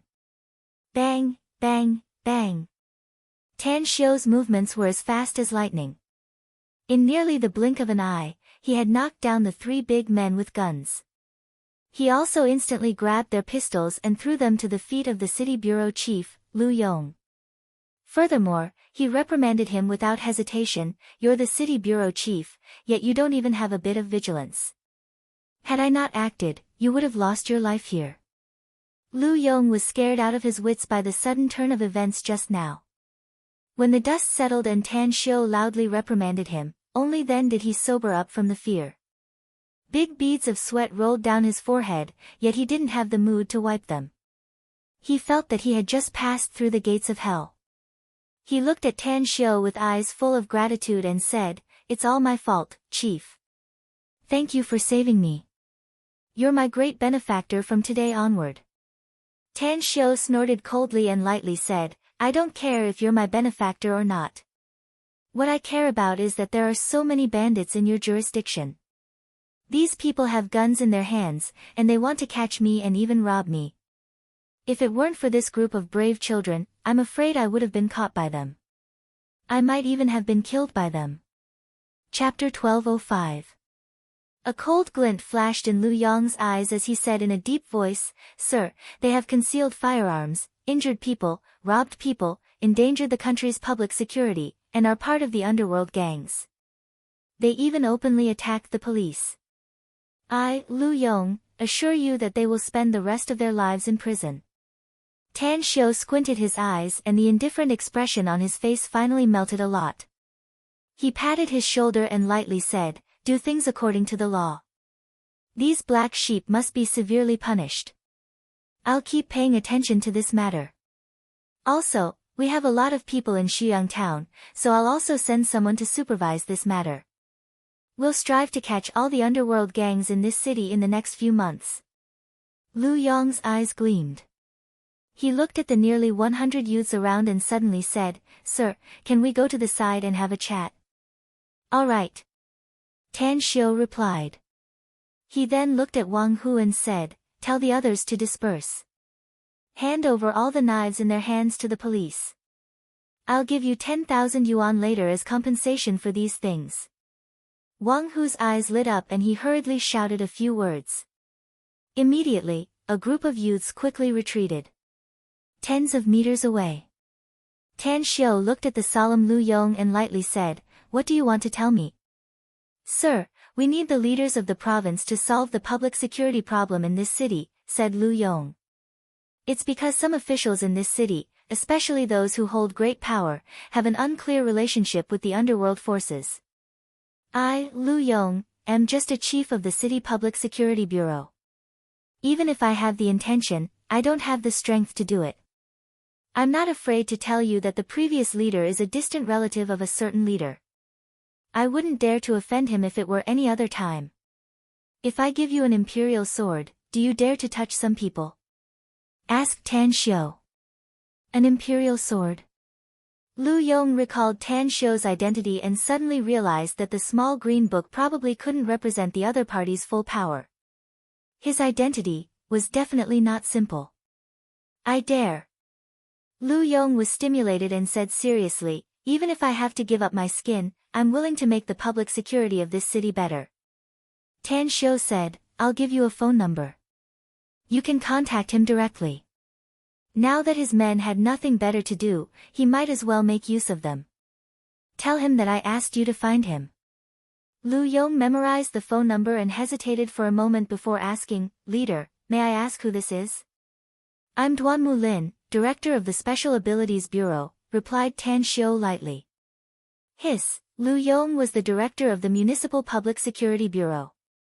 It was reasonable to say that it was impossible for him to come in contact with such things. However, paranormal incidents had happened here, and it was the ability users of the State Ability Users Bureau who solved them. He had dealt with those terrifying humans and naturally knew what the director of the State Ability Users Bureau represented. They were the true experts who possessed the Shang Fang sword. They were the true guardians of the country. "I, Lu Yong, will absolutely live up to your expectations, leader." Lu Yong was so excited that his neck turned red as he resolutely guaranteed. Tan Xiu nodded and said, "If that's the case, then you can go back. I still have some time left, so I won't be staying here." "Understood." After saluting, Lu Yong immediately withdrew his team and escorted the dozens of fierce and ferocious men back. At last, only Tan Xiu and Wang Hu were left at the school gate.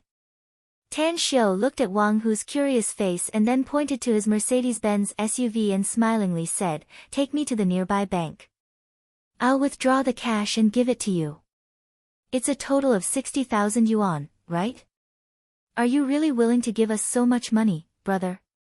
asked Wang Hu excitedly. "What Tan Xiu, value the most is my promise. Tan Xiu nodded and said, I may not be the emperor and I'm not a man of my word, but I always mean what I say. Wang Hu pinched the corner of his clothes and firmly nodded. I believe you, brother. Even the policemen in the Public Security Bureau call you leader in front of you. You must be a very powerful person. That's right. Can you tell me about Ah Lang's situation? Asked Tan Xiu with a faint smile. Wang Hu hesitated for a moment before he shook his head and said, You're our moneybags, so I just mentioned Ah Lang. Else, we would never reveal his identity to outsiders. I know you're a good person, brother, but don't force me. Tan Xiu nodded and lightly smiled. I won't force you. It's just that I have good intentions, else I wouldn't need to know about a stranger. Good intentions? Wang Hu looked at Tan Xiu with a puzzled expression. You said before that Ah Lang is in poor health, said Tan Xiu. Coincidentally, one of my identities is a Chinese medicine practitioner in the Chinese medical field. It's not that I don't believe you, brother. Wang Hu shook his head and said, It's just that Ah Lang's physical condition is very special. We've found a lot of doctors for him, even the big hospitals in the city and the province. But none of them can cure his illness. You often go to the hospital and have seen a lot of doctors, so you should know about the divine doctors in the Chinese medical field, right? Tan Xiu smiled. I've heard of them. There are very few divine doctors in China, but all of them have very powerful medical skills. Wang Hu nodded. It's a pity that we can't find them. Even if we can find them, we can't afford to hire them. My name is Tan Xiu. Tan Xiu smiled. You should have the internet on your mobile, right? You can search my name on it. Tan Xiu. Wang Hu faintly felt that the name was somewhat familiar. He seemed to have heard it somewhere, but he couldn't recall it for a while. He quickly typed the 2 words according to Tan Xiu's instruction. Soon, he saw countless keywords of the name Tan Xiu. When he clicked on one of them and read it a few times, he suddenly exclaimed, You're the young divine Dr. Tan Xiu of Star City Chinese Medical Hospital? Brother, you didn't lie to me, did you? What did I lie to you about? Asked Tan Xiu with a smile. Wang Hu suddenly realized that the man didn't say anything at all. He just said his name.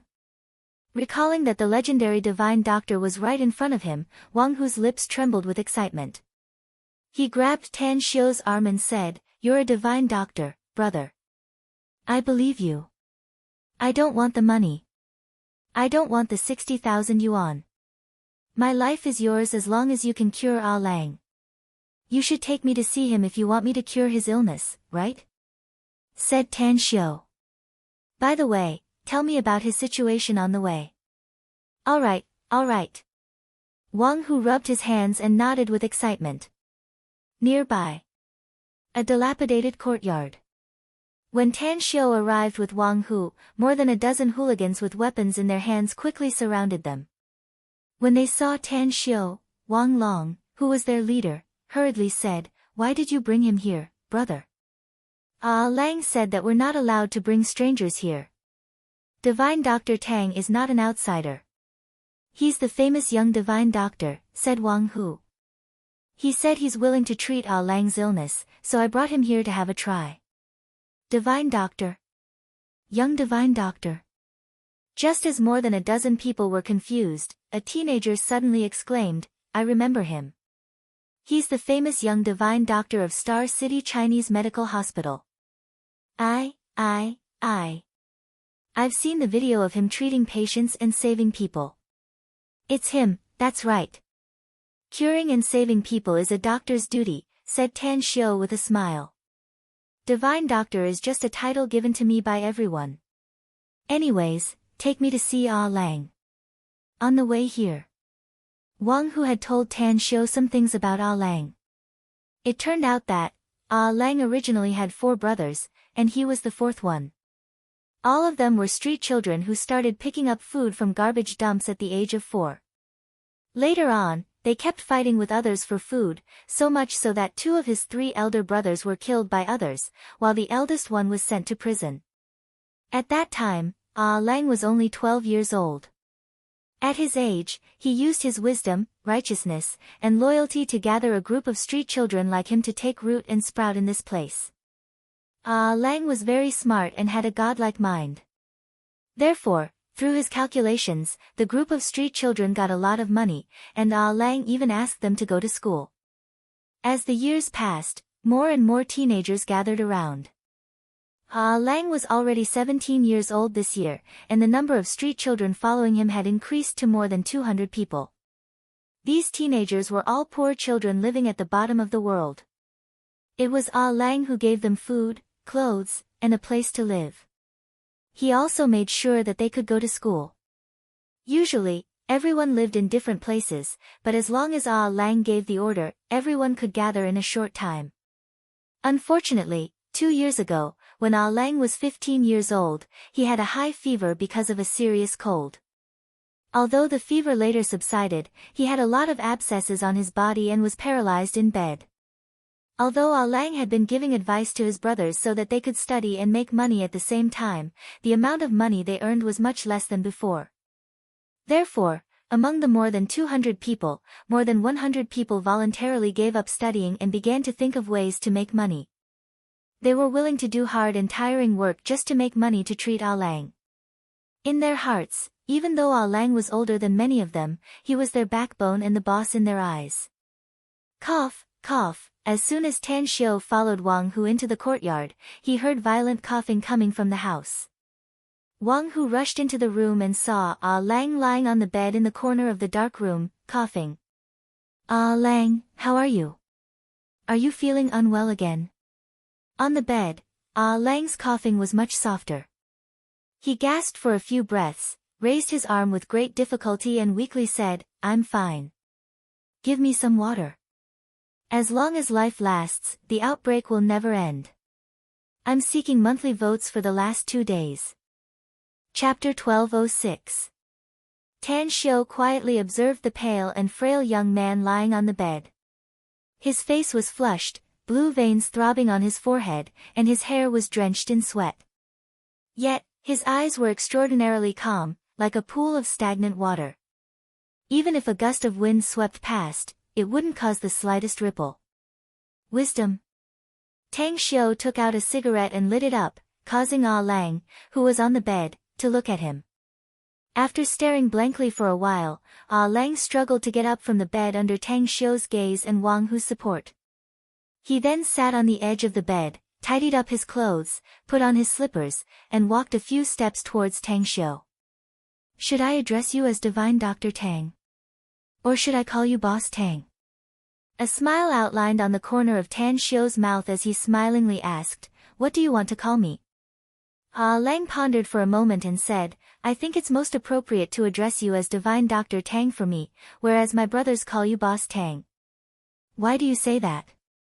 The smile on Tan Xiu's face deepened. Lang clenched his fist and coughed twice. Then, he slowly said, "I'm sick, and you're the famous young divine doctor in the Chinese medicine field. You can cure my illness, so it's most appropriate to address you as Divine Dr. Tang. My brothers are very poor. They have no problems to eat and wear warm clothes for the time being, but their studies will be delayed and will be seriously affected in the future. But you're the big boss of the magnificent Tang Corporation with hundreds of millions of wealth. They will have a bright future if you can lend them a helping hand. Hence, addressing you as Boss Tang is the most appropriate for my brothers." Tan Xiu calmly nodded and asked, "Then, what do you want to address me as?"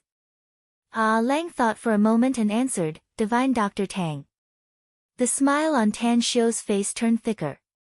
The problem he just gave Lang was related to these two titles. If he addressed him as Divine Dr. Tang, it meant that he attached great importance to himself, whereas if he addressed him as Boss Tang, it meant that he attached great importance to his brothers. However, there were exceptions. Tan Xiu blew out a smoke ring and asked, "Give me a reason."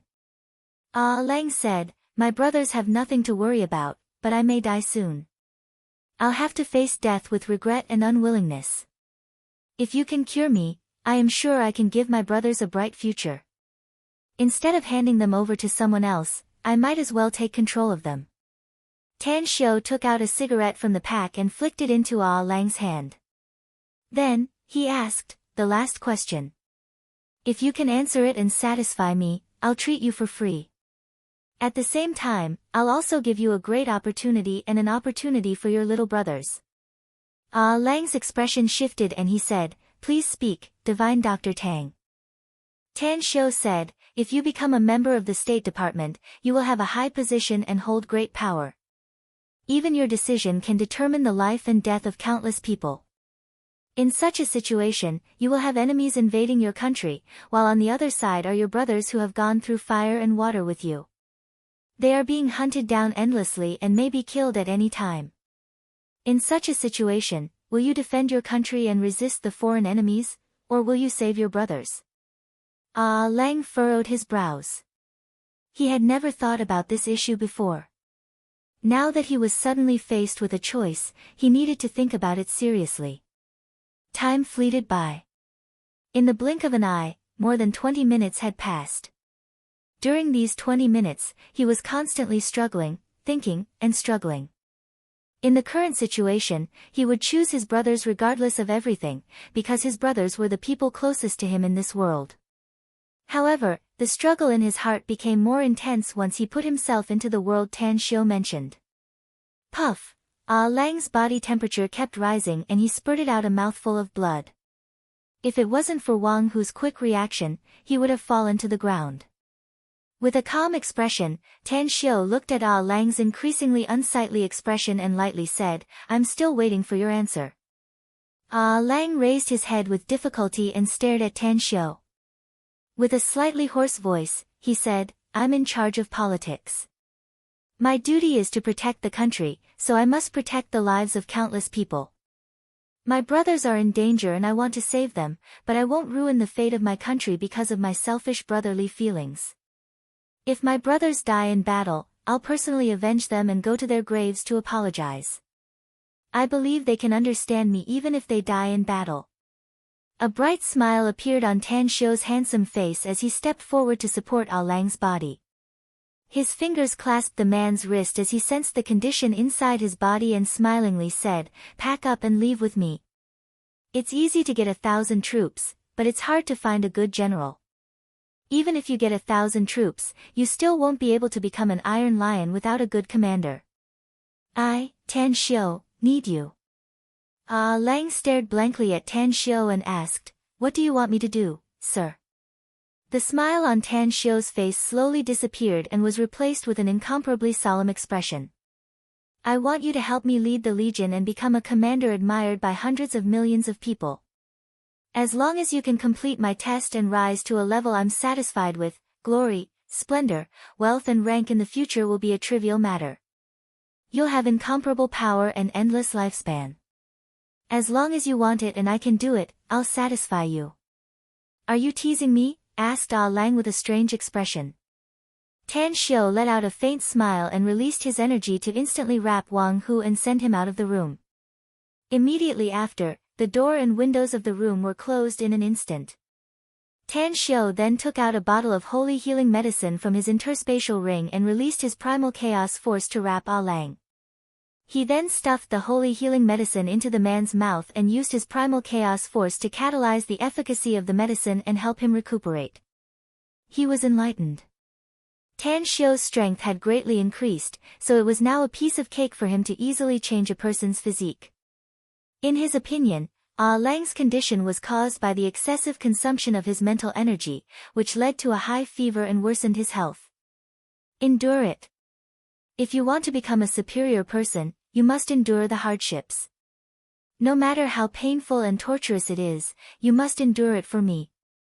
Tan Xiu's voice was directly transmitted to the depths of Ah Lang's mind. Although his body was hovering in midair and trembling violently, Tan Xiu didn't have the slightest pity in his eyes. In his opinion, this was Ah Lang's fortune.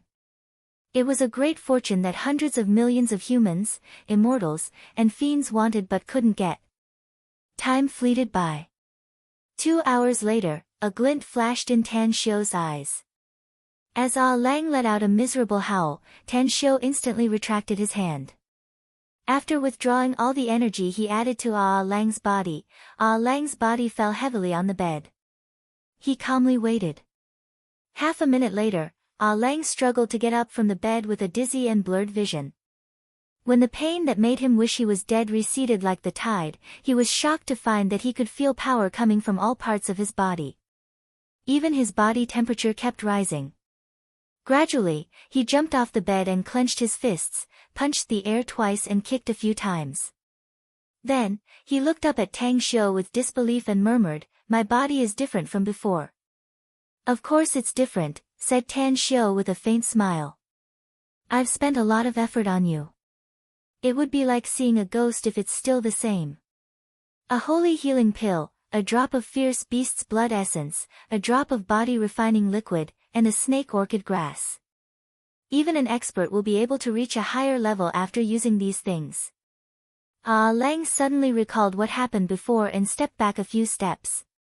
His eyes were full of vigilance as he asked in a deep voice, "Who exactly are you? Have you forgotten?" Tan Xiu chuckled. "You called me Divine Dr. Tang before." "That's not right." Lang shook his head. "If you're just a divine doctor, you absolutely can't do those things." Tan Xiu thought for a while and said, "I'll give you a test now. I'll tell you if you can pass it smoothly. If you can't, then you're not qualified to know my true identity for the time being." "What test?" "I'll take it." Lang hesitated for a moment before he nodded.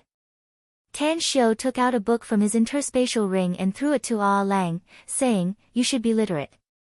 This is a cultivation art. My requirement for you is very simple. There are a total of 4,786 characters in this cultivation art, excluding the punctuation marks. If you can memorize all 4,786 characters in half an hour and recite them directly, you'll pass the first small test." "More or less?" Lang nodded and took the cultivation technique. He looked at the title on the cover, Soul, Heart, and Spirit Refining Art. Then, he flipped to the first page of the book. What he saw made him dumbfounded and surprised. "Now, the countdown begins," said Tan Xiu. "I can't do it." Lang shook his head. "It wouldn't be too much pressure for me if this was written in common vernacular, and I could barely do it if I tried my best. But this is written in classical Chinese, and some of the characters are rare. I can't do it." Tan Xiu's face turned cold and he said in a deep voice, "Remember one thing from now on. You're a man, and a man should never say that he can't do it. You must try it no matter how difficult it is. Even if you fail 10,000 times, you must try it." Lang stared blankly at Tan Xiu and suddenly knelt directly in front of Tan Xiu. He looked up and said, "I'll remember it. Can you accept me as your student?" Tan Xiu gently waved his hand and a stream of energy dragged Lang up from the ground. Then, he lightly said, "I won't accept you as my student if you can pass this test smoothly. I'll accept you as my disciple. A teacher may have many students, but a master doesn't have many disciples."